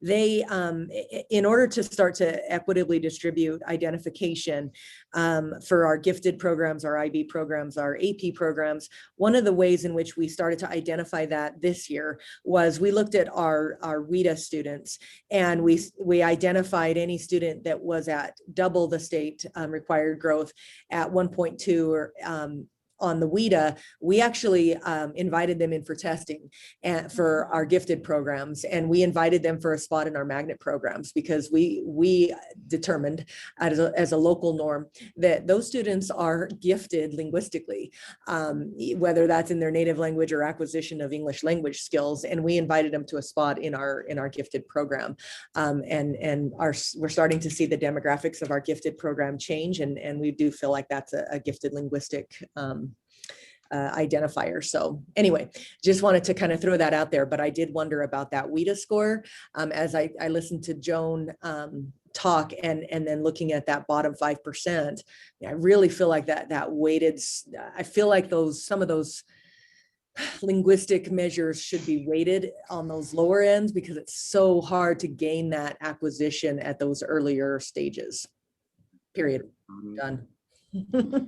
So can I respond to Missy? Oh, of course. Aaron, can I respond? So I just want you all to know that the way in which annual growth goals are actually determined are in the accountability system in the manual. And it's designed for when the students enter and at what level they are proficient at. So someone who is a high school student and they're a refugee student, they come in, their annual growth goal is calculated based on that, so that it's very personalized to the individual student. So when we look at the data for individual students and their annual growth goal in the accountability system, those issues will then be related to their individual scores, not just the scaled scores, but their individual scores on the data gateway. And I think they're organizing it so you'll have access to that for every single student next year. Now, the reason I'm saying that is the progress for students who come in at kindergarten and they're a level 1 proficiency, their gains are actually much bigger, because their language acquisition opportunities end up being significantly more at the elementary school. So I'm trying to address what Missy is suggesting, by letting you know that we're working on aligning all of those indicators so you'll have access to them and it won't be so difficult in trying to figure out an annual growth goal for every single individual student and the data that you will receive. I'm not sure if that's helpful, but. And, you know, Erin, maybe I can share quickly what we did with our individual growth targets too. Yes. How about I stop sharing? Do you want to pull up that on your screen, Joan? Yeah, and I have that. It's I'm disabled from sharing. Oh, well, I'll stop sharing. Okay. I think you might be able, I would guess you'd be able to now, perhaps. Not yet. But yeah, okay. Oh, now I can. All Okay. right. So the idea of sharing individual growth targets with our students was something that we were really interested in WIDA as well. And this is one of the other things that really caught on in the district in terms of, I think, a great use of data. We had principals that wanted to sit down individually with students and share their target, and then also be able to celebrate growth. So we were able to get this information. It took quite a while, so I'm glad to hear that there's some work being done at the state level to be able to make this a little more accessible to us.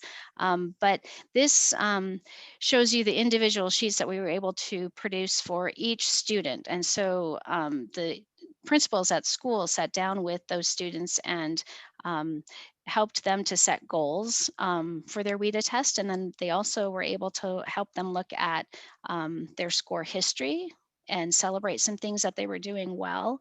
And this was a great project too that came out of the work that we were doing with looking at some of these WIDA scores and really digging into the accountability manual and how these targets are really established. So this was a great piece. I think so they had, oops, I guess I got a student name on that. So yeah, so this was produced for every student. And then the principals printed them out and sat down with kids.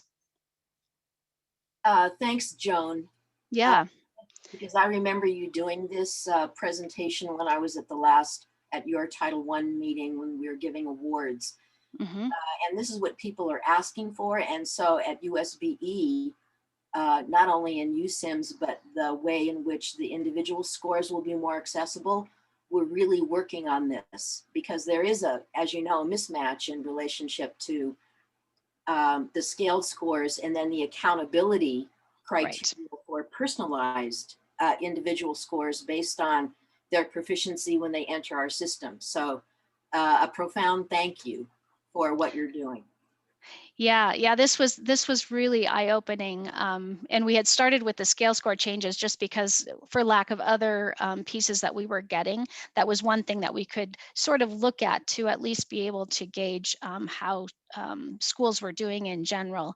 And it was great to be able to work collaboratively with USB to be able to get these other data points that included when the student entered our school, when they started receiving services. So there are multiple data points that you need to have in order to generate the target for them. All right, I think we just had a couple more slides. I don't know, Erin, if you can share again, if I have to stop sharing, probably. You may, let me try, see if I can, oh. Okay, I think I will be able to, yes. So this, everyone should be seeing the slide that's familiar to us, and I'm going to advance it to the next one we haven't gone over yet.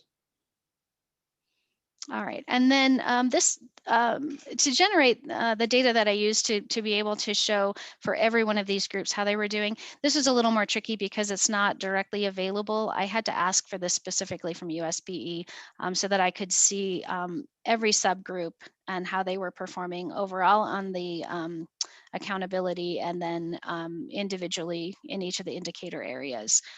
So this allowed us to look, and what I found really kind of encouraging about this is when I lined up our Title I schools again in terms of how they were doing on the percent, the total accountability percentage points, it was neat to see that our economically disadvantaged students. We seem to be serving well in these schools based on this particular data point because they're falling above that particular cut score. So I thought this was a nice celebration for our schools too. And then another component that came out in one of our meetings was, hey, we want to know who the bottom 25% of our students are, because we want to make sure that we're also focusing on that group as we look at those accountability measures. And we want our lower quartile students and being able to make sure we're serving them well.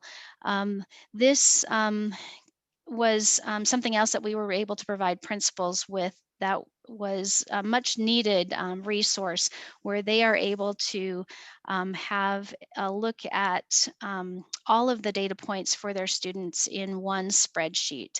And this again brought up some data literacy skills and things like sorting and being able to filter that I've been working with some schools on.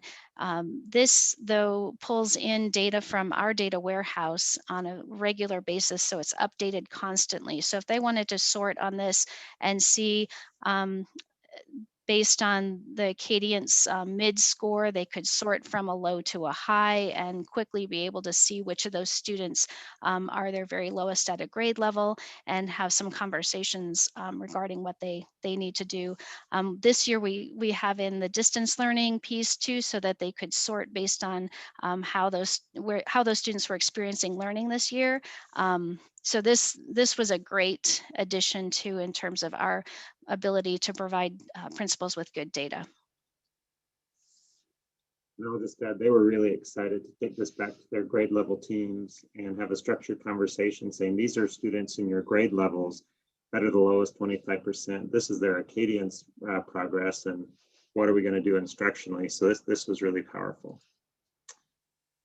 And then related to that, this was another fun way to look at that lowest 25% too, being able to line up their overall Acadience score with their pathway, and note that some of these kids, while they're maybe in that lowest 25%, they're still making some great progress, or we should be attending more to those that are showing that well below pathway of progress trend. And I think that is it. Yeah, we had some other things that we did, but we wanted to just highlight some of those fun data things that we were able to provide with teachers or for principals this year. And it's been great to collaborate in this department and have that collaborative effort that Erin spoke to between Title I and looking at how funds are spent, and are they being spent in the most cost-effective way? How are we helping principals look at their data in ways that help them really build capacity in their schools? And as you see this slide right here, you'll see my email and phone number, as well as Dr. Bramble's. And then our department, we produced some videos to explain to our principals and patrons how school letter grades are calculated. It essentially takes the great work done in the accountability manual, state accountability manual, and provides some visualizations to those. And we included these as hyperlinks in our presentation. And then again, if not that Joan and I do it perfectly, but as we meet with school teams in the middle of the year to go over budget, data, goals, and strategies, this I think is an hour and 15 minutes. You can see what this conversation looks like. It was recorded with permission from that school team. And we're just excited to continue on this journey learning with you all, and appreciate letting us share. And again, thank you, Dr. Donaldson, for giving us some time today. Well, I want to thank you both, Dr. Wilson and Dr. Bramble. Dr. Wilson invited me to participate virtually in his December meeting with the Title I principals, and Dr. Bramble shared the individual spreadsheets and databases that she had created for each of the Title I schools, and the principals were so ecstatic and so grateful. I remember one of them saying, I used to spend my entire summer trying to dig into the data and figure some of this out. And so, you know, the work that Joan and Erin are doing to support those schools in Granite is just incredible. having the ability for, to look at data at this level and drill down and really see what's happening so that schools can really set a direction. And as Aaron said, as they do their school plans and they do their budgets, where do they, spend that funding? And if the district does the district set asides, where do they target that funding? So it's just really wonderful. We have about 5 or so minutes left. If any of you have additional questions you want to address to Aaron and Joan at this time, I know they're happy to take additional questions.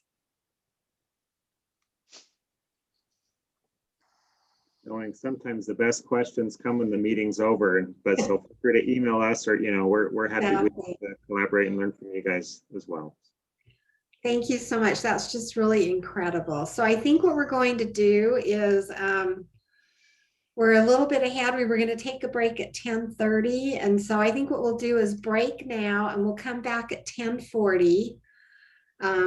Tracy, you have a question. Well, I'm just reminding that there were 2 questions that were asked of Tammy, and this might be a good time to be able to just get those in before the break. All right, we can certainly do that, or we can do that later. We have plenty of time. Okay. Thank you. So I say we go to break, we'll come back and do Val, and then before we move into those breakouts, we'll go back to Tammy.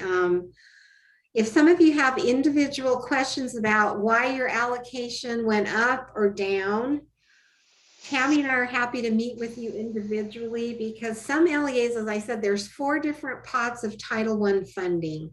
Some LEAs, for example, Granite, is eligible for all of those pots. Other LEAs are only eligible for one piece.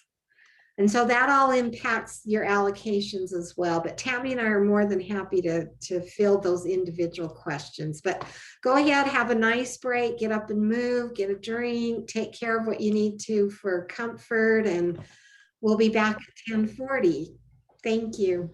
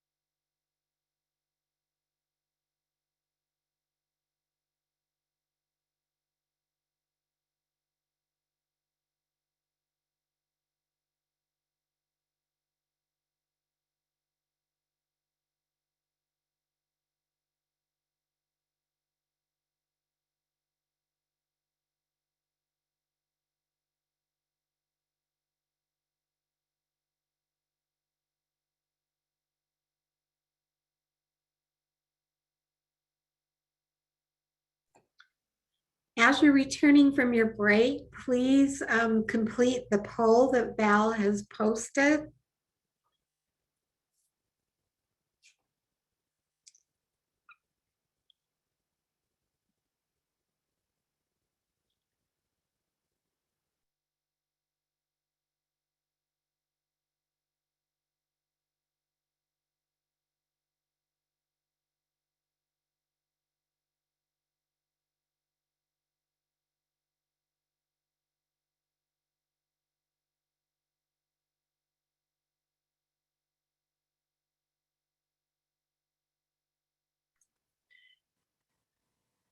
Val, if you're on the call, I messed up and closed your polling before all the votes were in. I don't know if you want to relaunch or leave it. Thank you. I'm so sorry. Oh, wow. Well, everybody needs to revote. Yeah, Yeah. I did it again, so. I will try to keep my hands to myself. Don't you remember Kafuti, Tracy, or whatever that was? Yes. Keep your hands and feet to yourself, And all Tracy. objects to And you. all objects.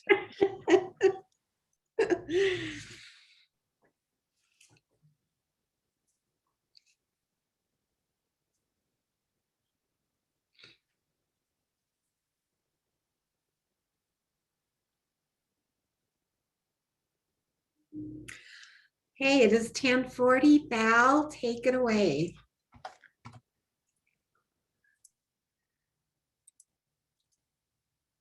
Thank you, Becky. Okay, I'll officially end the polling now. And thank you for those that participated. We have about half that are pretty sure which topics to include. So looking at that, 78% are pretty sure or know which topic. So this really shouldn't be something we need to discuss. So let me share with you why I have asked Becky to be on the agenda today. When I looked at the DMI and the uploads of evidence for the annual Title I meeting, 98% of school agendas or presentations fail to address all of the required topics.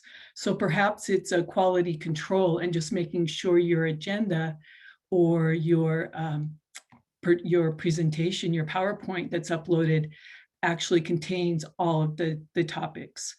I also wanted to make a correction. Becky made my presentation sound more exciting than it actually is. She called it tips and tricks. It's actually tips and topics, but I wish I had some tricks for you. Here's the actual law from the Elementary and Secondary Education Act, Section 1116. It says Title I schools must convene, and convene is a verb meaning bring together or assemble. So together this year, most schools were not able to do that. And I accepted pretty much anything in the DMI that you uploaded. As you could upload a virtual recording, you could upload the agenda of the virtual meeting that you had. It didn't matter. I accepted anything.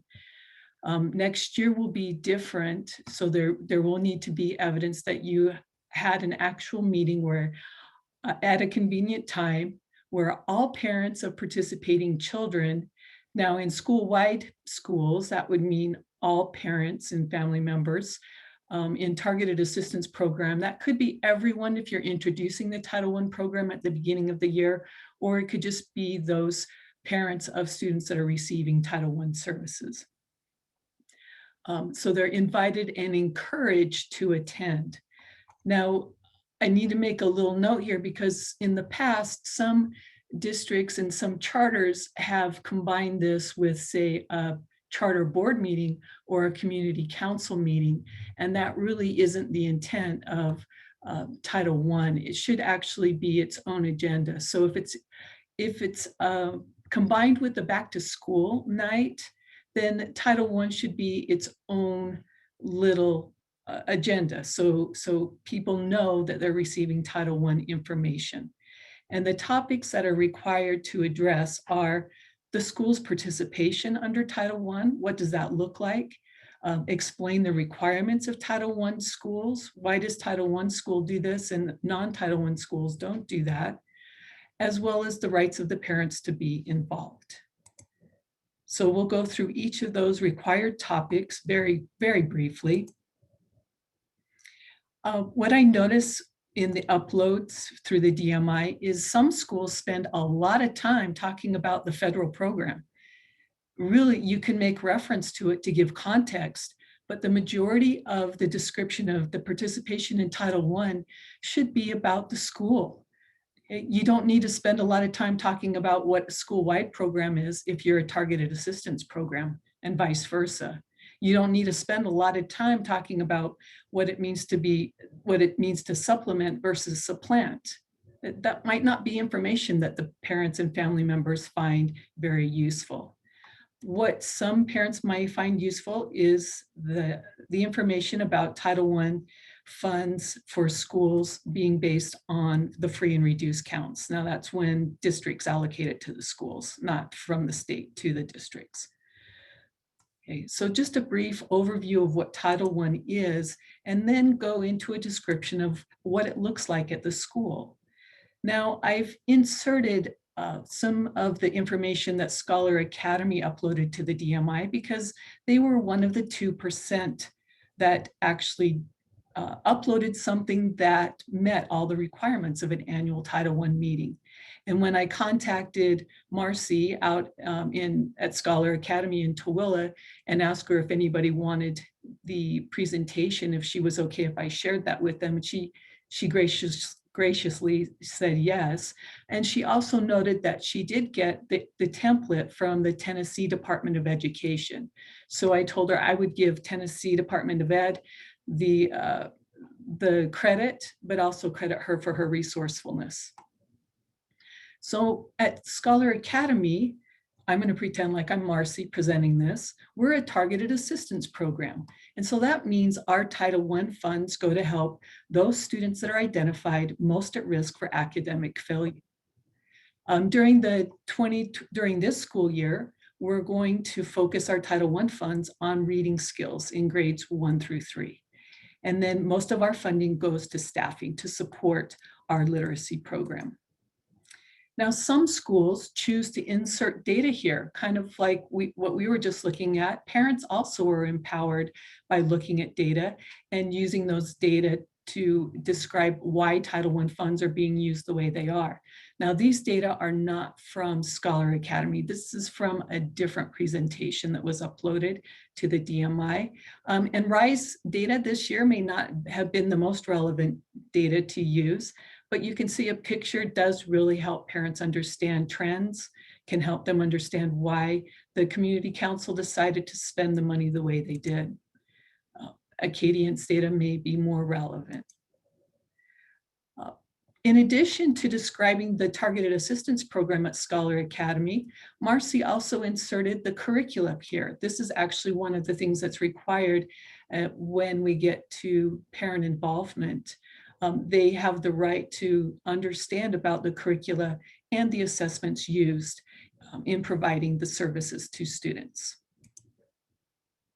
The second topic that's required are what's asked of Title I schools. It's not asked of other schools. And that is family engagement, annual Title I meeting, and the compact, as well as the engagement policy. Well, how did Scholar Academy do this? Marcy summarized some of the most important parts of the engagement policy and just put some bullet points here so that parents could say, oh yeah, that's what that says. And she also let them know where they could find the engagement policy if they have questions. Some of you hand this out at your Title I meeting, and some of you send the link in the newsletter, however it is that you find best. She did the same thing with the school parent compact. She told them a summary of what it is. she reminded them, hey, this is the thing that you signed at registration, because it's hard for parents to keep all those different things clear in their mind. I'm the one that put it's not required. If signature lines, now the compact's required, it's the signature lines I'm talking about is not required. If those are helpful and it helps the stakeholders say, yes, I'm committing to this, then leave those signature lines on the compact. If they're a hassle, if they're really not useful, there's no reason to have those signature lines on there. And she also instructed them where they could find that on the school website. The third topic that is required and often is neglected, is not included, is the parent's right to be involved. Now, the only thing that it says in section 1116 of ESEA is that the schools must inform parents and family members of their right to be involved. Now, you could just say you have the right to be involved and you would be meeting that requirement. But would you be empowering the family members to understand how they get involved with that? I would like to make this a disclaimer that the following do not have to be part of your annual Title I meeting, but keep them in mind as which of the following would empower parents and family members to understand how they can be involved. Like Marcy did, she gave a description of the curriculum used in their Title I program. Parents also should be provided the assessments used to measure student progress. Parents should also be provided information on the child's achievement and growth. Now, this is probably something that's already built into your system, and you don't necessarily need to share this at the annual Title I meeting, but you certainly can. Opportunities for regular meetings, if requested, to provide suggestions and to participate as appropriate in decisions relating to their children. Oh, now that sounds like that might be helpful if it were made explicit.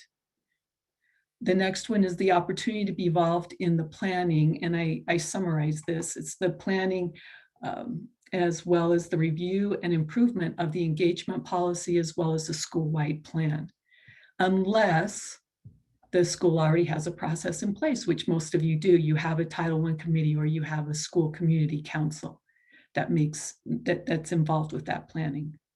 And then the last thing that the school must provide as being part of a Title I program is timely notice if a child has been assigned to or taught for 4 or more consecutive weeks by a teacher who is not state qualified. Now that's something that you don't necessarily need to discuss in your annual meeting. It's just built into your system. So if that were to happen, you would provide that notice. So this is at the school level. This slide is about the LEA, what the LEA must provide notice of at the beginning of the school year. The professional qualifications of teachers. Now this is the right to request. So you don't have to provide this information, but you do need to make sure that parents know they can request this information. So the professional qualifications of the teachers, and then professional qualifications of paraprofessionals. And then what is the state or LEA policy regarding mandated assessment, the state RISE assessment, and including the parental right to opt out. Now, some district LEAs ask their schools to cover this information because it's easier for schools to communicate this with parents and family members. One suggestion is to add specific information about how they can go about doing this. If you would like to request the professional qualifications of your child's teacher or teachers, contact the front office or go to the district website or wherever that is posted. How did Scholar Academy choose to do this? Well, here are the 4 things that Marcy included to empower parents to understand their right to be involved in the Title I program. So you have a right to help in making decisions at the school. You have the right to be provided information on your child's academic achievement. You also have the right to request those qualifications and the right to request opportunities for regular meetings. She went beyond just how can you be involved, your rights to be involved. She said We need you to be involved because of the research shows that family engagement has a positive impact on student achievement. And then she gave some additional ways that family members can be involved in the education process. For the last minute, I would like you to rate the following agendas on a scale of 1 to 3, based on how many of the 3 requirements are included in the agenda. These are all real agendas or presentations that were uploaded to the DMI this past year. I've taken the names off, so you're safe. Okay, you'll have 7 seconds to go through this and decide 1, 2, or 3 requirements included. You can put it in the chat or you can just keep it in your mind.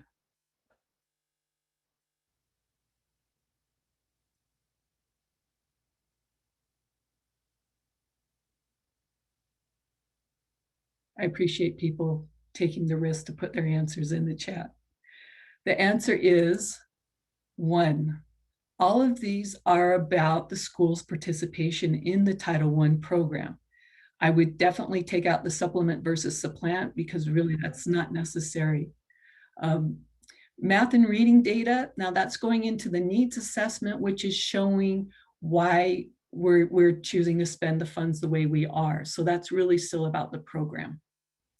Okay, let's try another one.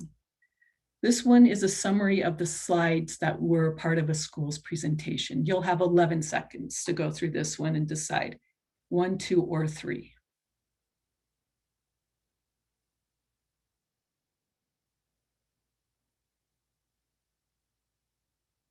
And because there are 3 slides, I'm sure you're guessing it's all 3. And you would be right, but you can also see how this school could bolster the information that they're providing parents, maybe give context to what Title I is, and perhaps bolstering what they're providing as a parent. You have the right to be involved, where they can locate the compact and the engagement policy. Okay, you'll have 7 seconds for this one.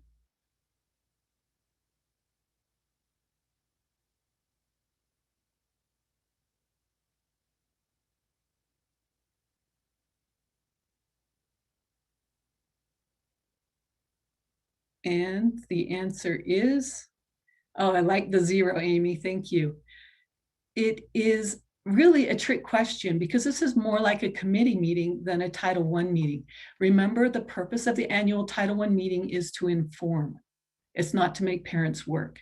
You certainly could tell them you have the right to be involved in the planning. If you would like to be part of our community council, please contact whomever. And then the last one, 7 seconds for this.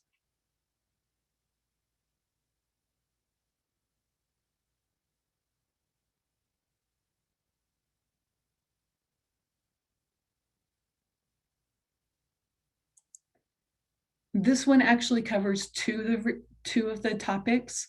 The requirements of a Title I school has the compact and the LEA policy, as well as the parents' right to know. You'll get updates on academic achievement, on their progress, as well as, and who knows, sometimes you can see by this agenda, they could be doing a lot more, but not showing it in their agenda. So I'm going to ask you to make sure that as you upload your documentation next year, that you keep in mind perhaps showing the agenda fully, all of the bullet items that were included in your conversation with parents about the Title I program. And as every Title I annual program concludes, you provide contact information. This is my contact information if you have questions. Becky Peters, in all the handouts she sent out, included a handout of mine. It includes all the information from these slides. I did notice somebody requested the slides. I think the handout is actually a little more comprehensive than the slides. So I'm going to suggest you just look at the handout, and if you really want the slides after that, then you contact me. If you would like Marcy's Scholar Academy's full presentation from their annual Title I meeting, let me know and I will send that to you. And I also want to shout out to Amy at Gateway Prep in Enoch, she did a 20-minute online recording that she sent out to all of her parents that was very thorough. So I also wanted to give her kudos, as she was one of the 2% as well. So I appreciate everybody, all that you do, all that you've done throughout this year. And I know this is really the least of your worries right now, but keep it in the back of your mind as your schools prepare for next year. As I'm looking at the chat, I'm seeing some people asking me in the chat. I'm going to just ask you to send me a quick email so that I know which ones want that. So thank you very much. And Becky, I'll turn it back over to you. Thank you, Val. That was great. So before we move any further, let's go back to questions that you may have had for Tammy Long about fiscal things.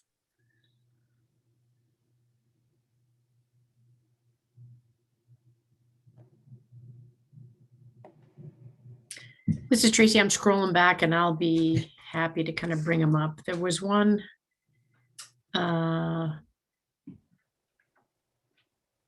Sorry.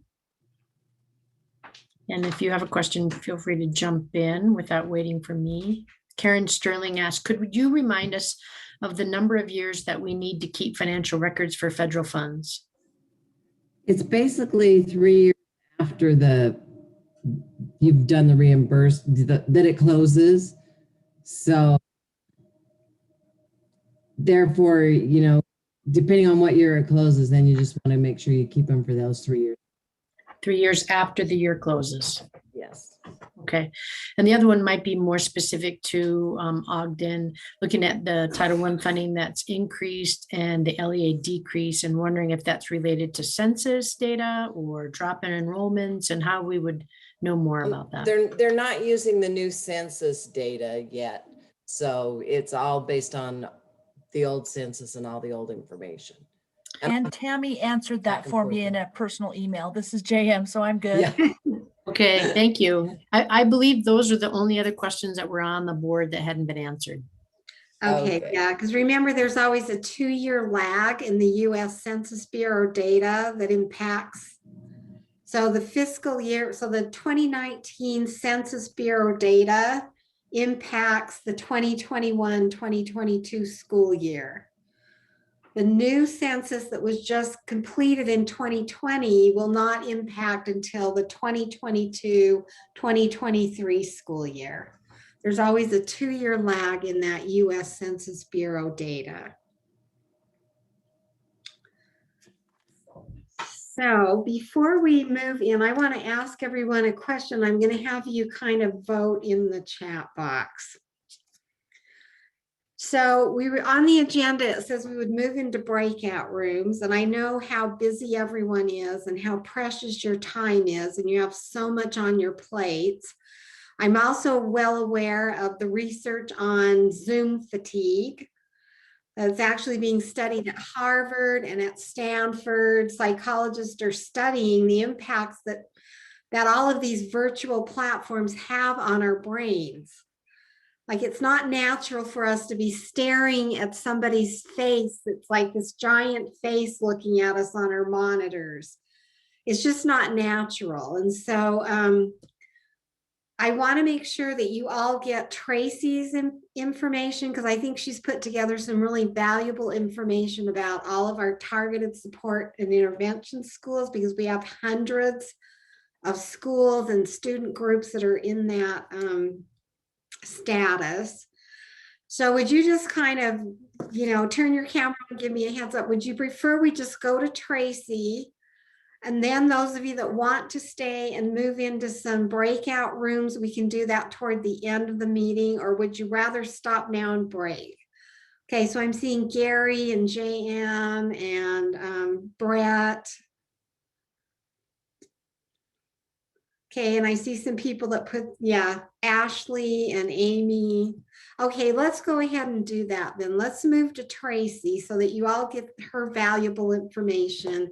And then we'll reassess then and see if some of you want to stay on and move into a breakout room and talk with colleagues about some of your upcoming plans, how you're using your ESSER funding, what you're planning to do, or if some of you just say, you know what, Zoom fatigue is all I can do right now. We're going to just end the meeting. So Tracy, my Shiro, go ahead.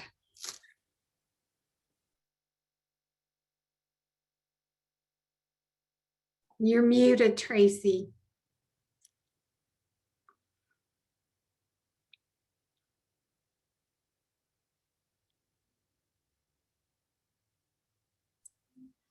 All right, thank you. So I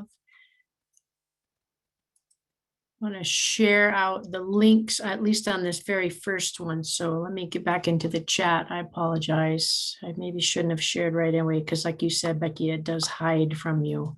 But I wanted to be able to give people a chance to see that. Actually, I'll just have to throw it in there at the end. I'll go ahead and get started on this. When I pulled together some information about the targeted school support and improvement schools, this is a generic kind of compilation, if you will, of the numbers that are across the state. And the link across the top will actually take you to a web page that shows the differentiation between what's a CSI school and what's the difference between a cohort 1 school and a cohort 3 school, and what about CSI low grad. Now, what are the requirements there and how are they identified, and when's the first year that they may be able to exit. And in looking at this webpage, you'll be able to see what we know so far. However, that navy blue box is kind of a big mystery still for everyone except for the CSI low grad rate, because we have been able to track graduation rates throughout time. So we expect that to be the only section that will continue on as it's stated in its original design. When we're looking at targeted support and improvement schools or the CSI schools, turnaround schools, we are waiting for waiver information to come back from the U.S. Department of Ed to help us understand more on what possibilities are out there. The request was originally put in that we would not be identifying new schools until 2023, but the updated waiver request asks that states plan on 2022. And if we feel we need to bump that out another year because of our growth data requirements, which have consecutive data years, we would put in an additional waiver. So I believe that's the direction that we're headed right now. And we'll hear back from the Department of Ed. And as soon as we know, we'll share that out with you. So this page here is the slide that specifically talks about the TSI, the Targeted Support and Improvement Group, which is really looking at those student groups that have scored below the 5%. And Granite did a great job on showcasing how they've been actually pulling apart the data to look more closely at that. I'm wanting our data and statistics group to be able to provide you with ranked lists for all student groups each year. We're in the process of trying to put that together, waiting for data to actually happen also as we move forward. But I believe that would help you as LEAs to be able to go in and see where does this student group show up in comparison to the overall cutoff for the lowest 5%. So wanted you to know we're working on that and believe that that's important that you have that information, because the identification is the student group performs in the lowest 5% for 2 consecutive years. And you want to know, do I have one of those 2 years already in that section? So we're continuing to work on that. And now we've got some leaders in Granite and being able to showcase how it's possible and how it could look so that it could be useful. One last piece I just want to highlight is in the bottom right there, that red section, a reminder that if a student group in a Title I school does not exit after 4 years, that school will become a newly identified CSI school. And we don't believe that will happen until 2023. And we think that the Department of Ed will be supportive of that decision. So we would still give schools opportunity to have 2 years above the lowest 5%, and that pushes the CSI identification out. Reminder, that's all Title I schools, not all TSI schools. So just TSI schools that are in Title I. This is a breakdown of the student groups, and just an FYI, we have 450 schools in the 2 years that we've identified TSI. And when you combine those 450 schools and all the groups within there, we have 851 total groups. And if you can, just look at the way the chart's laid out, our highest group is students with disability. 40% of our TSI groups are students with disabilities, with our next largest group, the English language learners or multilingual learners, at 31.6%. So those two combined are 71.6% of all of our TSI groups. That's a big bunch, and we're going to be focusing on that. And I'll talk a little later about some opportunities we hope that will help schools that choose to be involved in a program that would focus on using data to help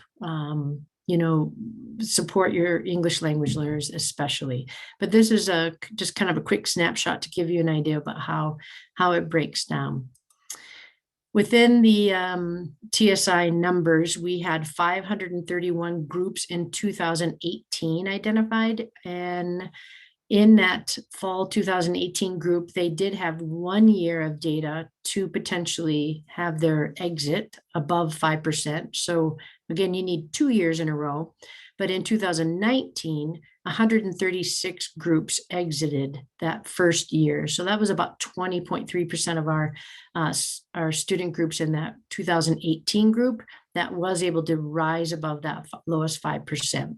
The second year in 2019, we did have 320 new groups identified across the state.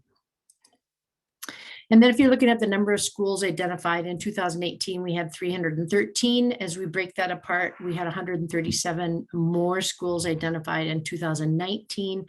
And in that first group, 151 of those were Title I schools that had at least one TSI group identified. 16 of those schools were already identified as CSI, which leaves 135 schools that could possibly become CSI schools if they don't exit with 2 years consecutive above the lowest 5%. And then 47 additional Title I schools appeared on the list in 2019. So the following year, it's possible that 47 additional Title I schools of the group that's been identified so far could qualify as a CSI school. Then we're looking at the breakdown of groups, the number of student groups in our schools. And starting at the top, we've got one student group in 226 schools across the state. 120 schools have 2 student groups, and you continue on where we have 18 schools that have 5 student groups and 2 that actually have 6 student groups. And you would make the assumption maybe those are CSI schools, but that actually wasn't the case.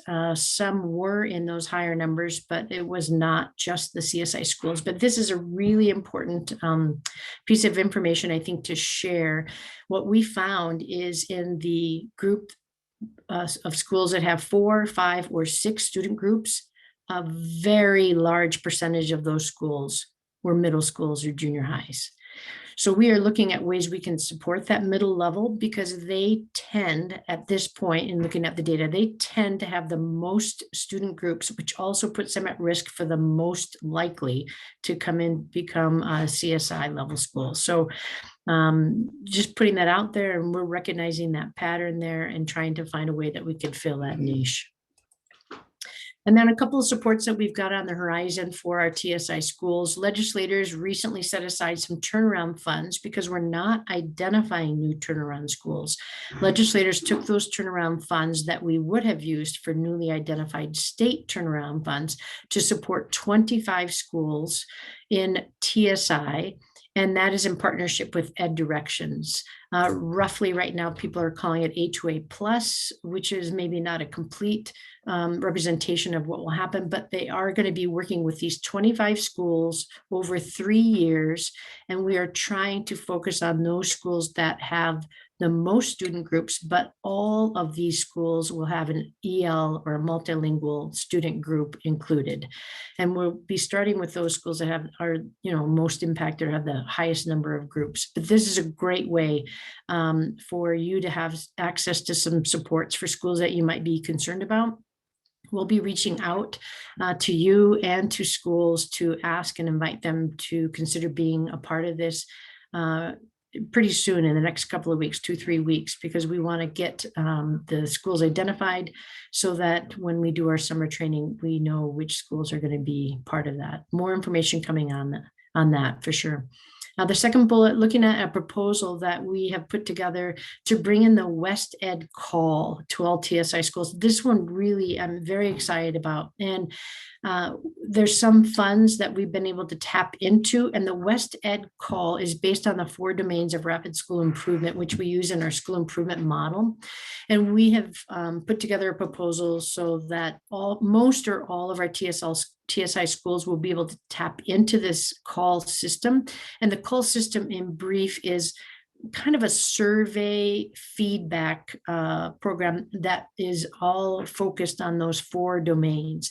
And what would happen is a school would bring all the educators that work with students, staff, and teachers alike, and then have them fill out the survey. And within 30 minutes, the leadership is able to identify where they're strong in those 4 domains of school improvement and where there might be weak areas.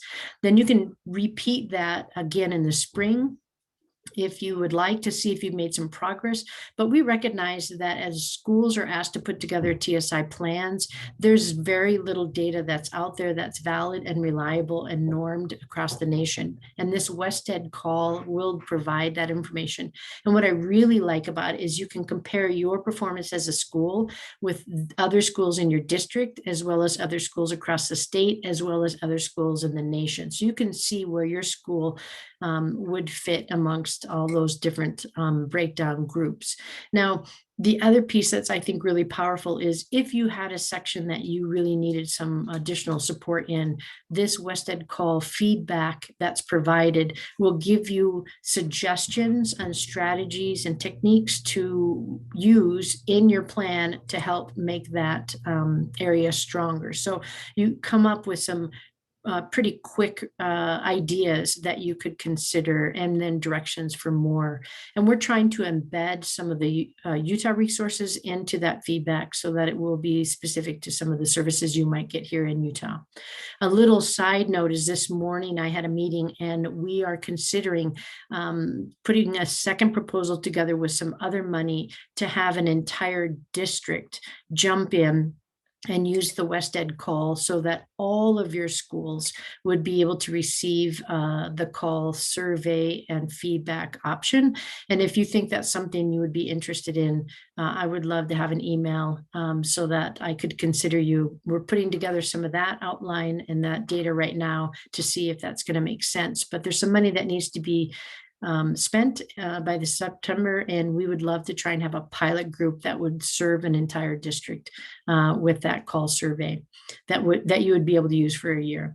The third bullet is talking about creative leadership, and we have Dr. Doug Reeves and his team working on trying to bring him in for the 2021-22 school year. There are about 10 different types of resources, professional learning, ways that he would do coaching, providing support for different age grade levels, school levels. So for instance, focusing on grading or focusing on increasing graduation rates, or looking at ways that writing can really support your multilingual learners, those kinds of things. And he had put together a book on equity that he's highlighting in all of his work as well. So again, it's in the works. We're doing our best to navigate through all the steps to make that happen. But we wanted you to know that that would be similar to what we've done with Corwin and the assessment capable learners, and bringing in Dr. Doug Reeves to provide support across the state for Title I schools. And then the last question I started off with is just letting you know it's really unknown right now when the next opportunity is for TSI schools to be identified or exit. And we're waiting for the response for the Department of Ed in regards to our state's waiver request. As soon as that information becomes clear, we'll put that out there so that you know, and you can make some decisions about the work you're doing as well. And that's it. That's all I've got. Let me stop sharing and see if there's any questions. I talked pretty fast, and Appreciate, oh, there's someone's got that West Ed link in there as well. And then this is the link in the chat to that page that's on the USBE page that talks about the different types of schools and turnaround. Can I ask a clarifying question on the waiver request? Yeah. So is the request saying that we wouldn't, that the exit for cohort 1, that we would be allowed additional summative chances through the 2022-2023, or is there waiver in essence to extend the amount of years that we could have to get the 2 consecutive years? For TSI school, for cohort school? Yeah. For TSI school. There was an original waiver underneath the previous administration, and that request was asking 2023 to be the first year that we would identify and exit TSI school so that we would have that back-to-back data. Then new administration came into town and an updated waiver came out with the expectation that we would move that up to 2022. And if needed, we would put in a second waiver next year. So we're in that second stage right now where we as a state, and we shared with them in a meeting yesterday, we really think that growth score is pretty important and we don't want to have skip year growth. We want to have that consecutive. That's an important part of our model. And they said, we can't promise you, but you would be given the opportunity to put in a request again next year to have that extended out 1 more year. So right now, I believe the request is going in to make plans to move forward in case we can figure out how to incorporate the growth score into that model. But we've been, talking about that and exploring that already. And right now, the board and leadership feels like that hasn't been a best model for us to consider. We believe the original way that was identified for both exit and for identification should be consecutive years of growth. Thank you very much. You're welcome. Tracy, JM posted a question in the chat about turnaround schools. Yeah, so the turnaround schools status and possible extension of a year. We are right now planning on an extension of a year, but we have had some requests from schools that would like to have an opportunity to exit using other alternative data. And we have to work with the board. The original set of questions that were given to cohort 2 in regards to exit of turnaround did give them a question related to their, how far above or if they were above the 3%. We don't have that data for cohort 3 because we've got 2 years, the 2 years they were supposed to be scoring above the 3%, and they don't have, official data, accountability data for that. So the question then is, do we move forward without any accountability data above the 3% and then rely on the schools to come up with their own versions of formative assessments, benchmark data, WIDA, Acadians, graduation rates, high levels, or higher course levels, those kinds of things.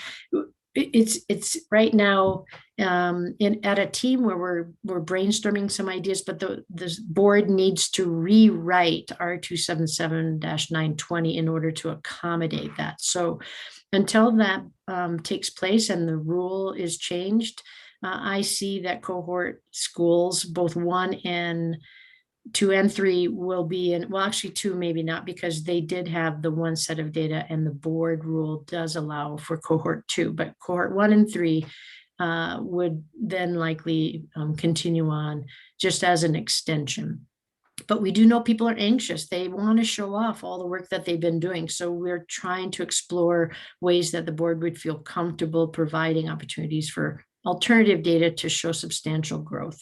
I don't know, JM, if that's enough. I don't think that you have to present. So if that possibility becomes available, then you would choose to present if you wanted to for that alternative data, but you would not be required to. So you would then be able to continue supporting the school. And my understanding is it would be at the same level of funding for those cohorts, schools to continue working with their expert vendor, for instance, and their consultant for an additional year. And Susan's asking about, as a charter, would they qualify for the West Ed call?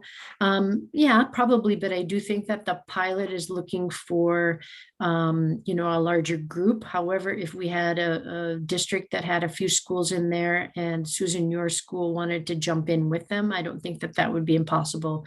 So we'll see what the interest is like and see if we can hobble together a group that we could pilot this West Ed call this spring. Before the school ends. Good questions. I put in my contact information there, so feel free to drop me an email. Max Lang and Leslie Evans, also super smart people, smarter than I am, although I'm scrambling and running as fast as I can to catch up to them. But they really also have just a wealth of information and are great resources as well.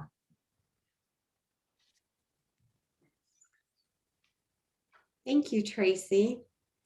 So we've been here for almost 3 hours now. So I think we're going to call the meeting. And if some of you want to stay on and move into some groups, we can do that. But I know some of you probably are wanting to do something else and you have other responsibilities that are pressing. So again, I want to thank you for being here. It's always wonderful to see you. If those of you, if you're leaving or whatever, would you turn on your cameras for a minute so everybody can see one another? It's just, I just miss seeing you in person and having that opportunity to really connect with you. And so, thank you so much. It's so good to see you, that you're still there. Everybody's good. Everybody's healthy. And,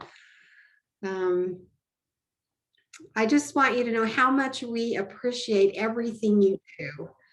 We do hear and are aware of the things that you're doing. We know that it's been challenging, but you've just risen to the occasion. And, you know, I think some really amazing things have been put in place this year for kids. And I know some districts are saying, you know, we had to pivot and do this, and we're going to continue this.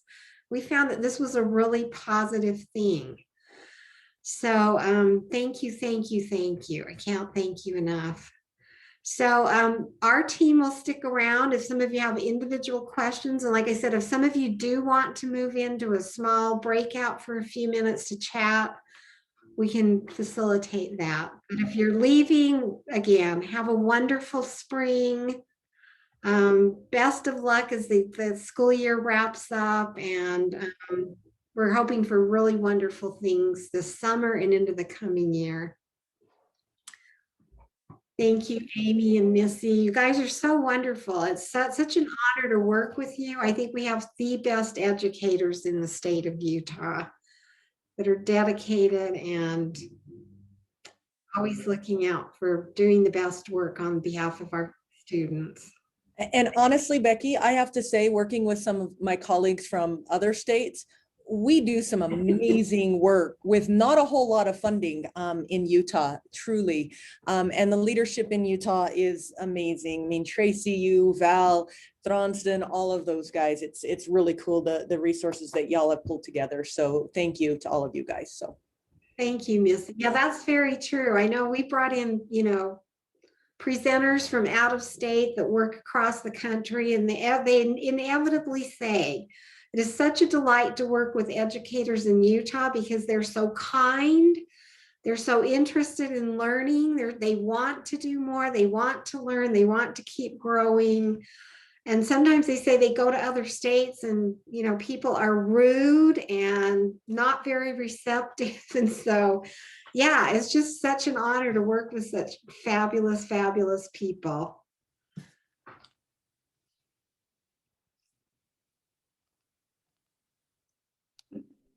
Thank you.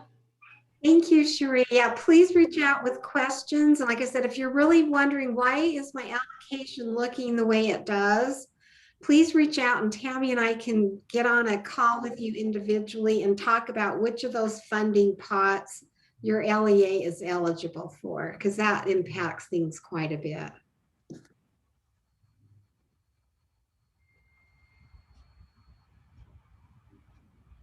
Once again, Becky, I like your background.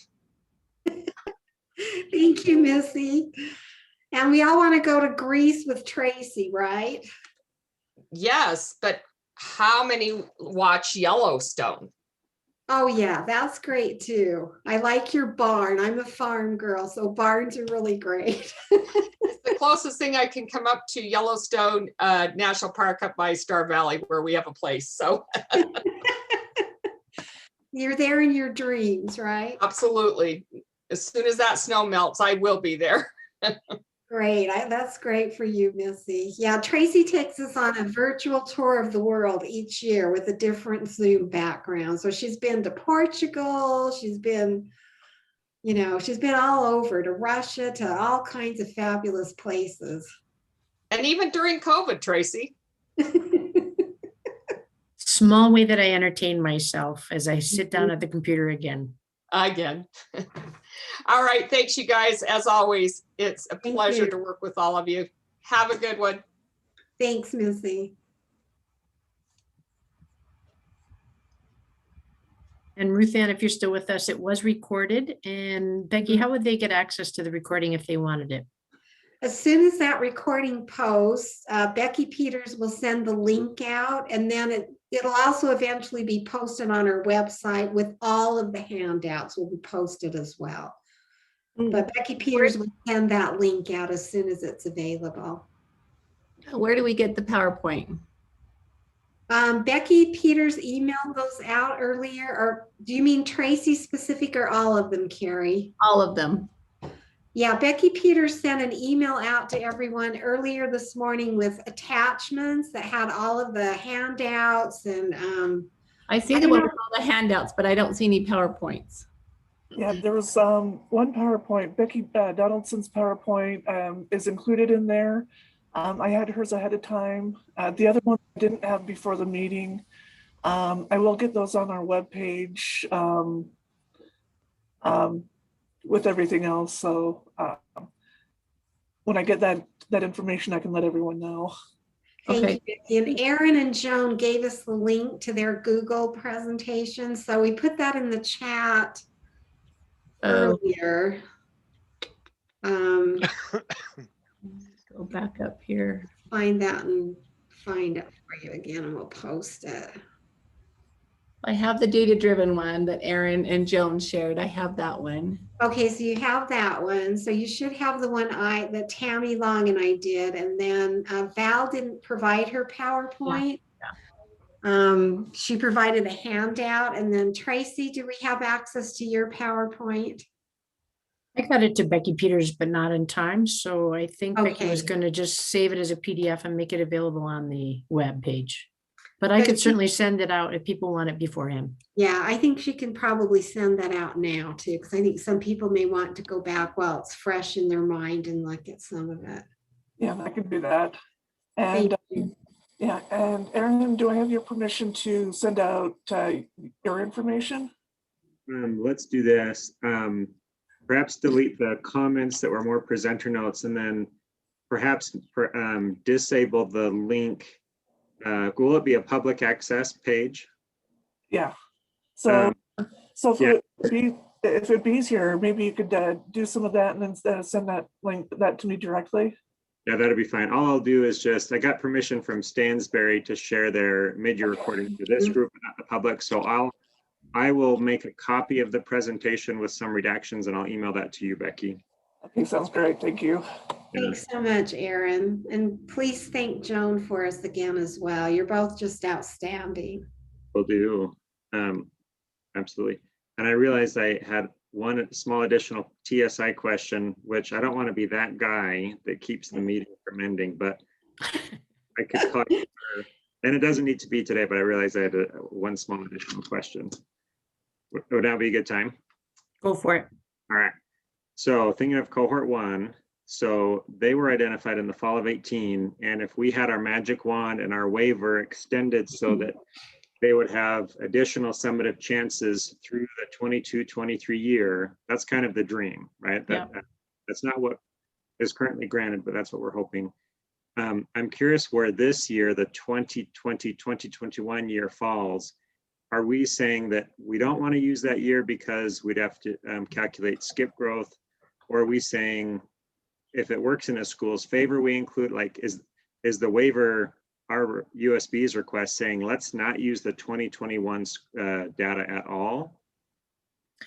My understanding is legislatively I don't remember where, I got to get better about memorizing rules and laws, but legislatively it was decided that this year's information would not be used for accountability. It was kind of a blanket statement. So using that, right now, there's not a plan for this to be used in any way for accountability. But, you know, if a school wanted the chance to try to, you know, put together data, for instance, like with those cohort schools, those turnaround schools, that might be really important data that they could willingly choose to use as evidence, but it wasn't going to be included at all with CSI or TSI at that federal level for accountability. Right. And that makes sense. That's what I thought. So me connecting some dots, if I'm cohort 1, the only really year I've had so far to kind of show growth is the 18-19 year, right? That's right. Yeah. And that we kind of have 2 years where that data won't be used. So it's really the 18-19 year, then the 2021-22 year is the next, and then hopefully the 22-23. And so then the new question is the paired year, well, 18-19 and 21-22, those are odd years to pair, right? Because those are 3 years apart. Yes. But so it sounds like if a school didn't show growth, if they didn't have a subgroup score above the cut 5% in the 18-19 year, again, this is cohort 1, then really that all of their eggs are in the basket of those last 2 years, the 21-22 and 22-23. Am I thinking through that right? You're absolutely thinking through that correctly. And at the same token, I've tried to make a case that if you were one of those schools, those 20% of schools that actually did have 1 year, you know, of success, that should carry forward because you did it once and we want to give you credit for that. We don't want to erase that. Right. So there could be some schools that potentially could exit at 2022 if they happen to be one of the schools that had their student group above the 5% at that time. That's part of the proposal that we're making. Okay, that answers it. Thank you. That was great. So I'll go ahead. First of all, I stayed on for one reason. I haven't been able to see all of you since you were recognized, Ames, with your academic excellence, and I want to thank all of you for that in person. We did get almost all our staff to the conference, and I appreciate all the support. Second of all, I'd asked Max to know what happened to his hair and his face. At least it's not white like mine, and I know Max well enough to tease him about that. Yeah. Oh, it is. Okay. Okay. So then the other thing is, and Rebecca and I have talked as well as Val, the last couple of years we have amended our lottery to enable anybody that could document and show that they qualify for fiscal support, whether it's through free and reduced lunch or fee waivers, an extra chance in our lottery. And what's happening is both years we haven't used up the available number of slots. So with the situation with us not getting data specific down to student data, we don't know who's applying for the fee waivers and who's applying for free and reduced lunch. So we've been able to cobble that together and still stay above a 40% rate. With this year's data not counting, relatively speaking, because we've been closed and we will not open until April 5th, I still don't know how many of those folks are going to ask for the free and reduced lunch or the fee waivers. At what point is it going into next year? Is it going into the year after? Do I really need to sit down with you guys and figure out a school-wide versus a targeted assistance kind of status? Yeah, so for this coming school year, next school year, Brett, as we talked, you can go back to previous data. Since, you know, especially in your case where your school hasn't been open, you've been virtual. And then I think going forward from then, after next school year, then we'd probably have to determine, you know, where to go from there. But I think next school year, don't worry about it, just use previous data. And then as we move forward, are there any limitations, how should I say this, to the level of support you can give Title I students and students that struggled moving forward into next year? Can you talk to us a little bit more about that, Brett? Yeah, so I guess we've kind of looked at some of our very at-risk students that have credit recovery to make up. But we can't afford them to fail anymore. So we're looking at how much support academically, push in, pull out, do we give them to make sure that they're successful starting next year, so then we can also work on whatever credit recovery we have. And what I'm concerned about maybe is a level of support for one certain group that may not be available to another group. And whether I get in trouble if I give one intact group, whether it's Title I or whether it's another group, much more intervention than I would another group. That's kind of where I'm going. Well, I really think, you know, some of that's just up to you, Brett, at the school, but you certainly have your ESSER funding as well that can help support, you know, those extra interventions for your most at-risk kids, whether that's additional tutoring before and after school kinds of things, support during the summer months. You know, that I think those are decisions that you make at the school level about, you know your students best, and you know which ones are those most at-risk students.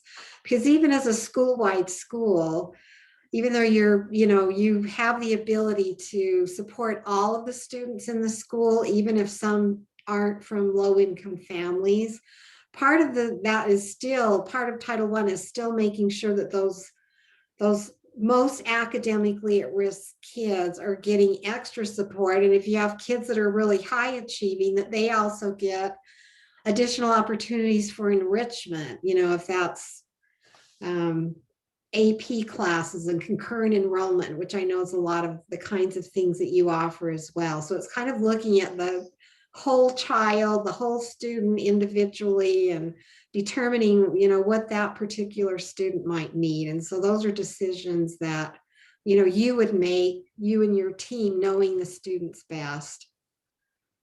Okay. Thank you. Thank you, Brett. And thanks for representing Utah at the national conference. We were so excited, and the video clip that you posted on the national website was so moving. Oh, it good. was beautiful. The testimonials from those former students about the difference that, you know, attending Ames had made in their lives were just powerful. So, you know, that was just beautiful. So we wish it would have been a year when you could have actually gone to the actual, you know, ceremony, but thank you so much for representing us so well. Thank you. Thank you. I was worried that it would be the last year that I would qualify. Yeah, we're super excited with what you're doing, Brett. Okay. Thank you all. Thank you.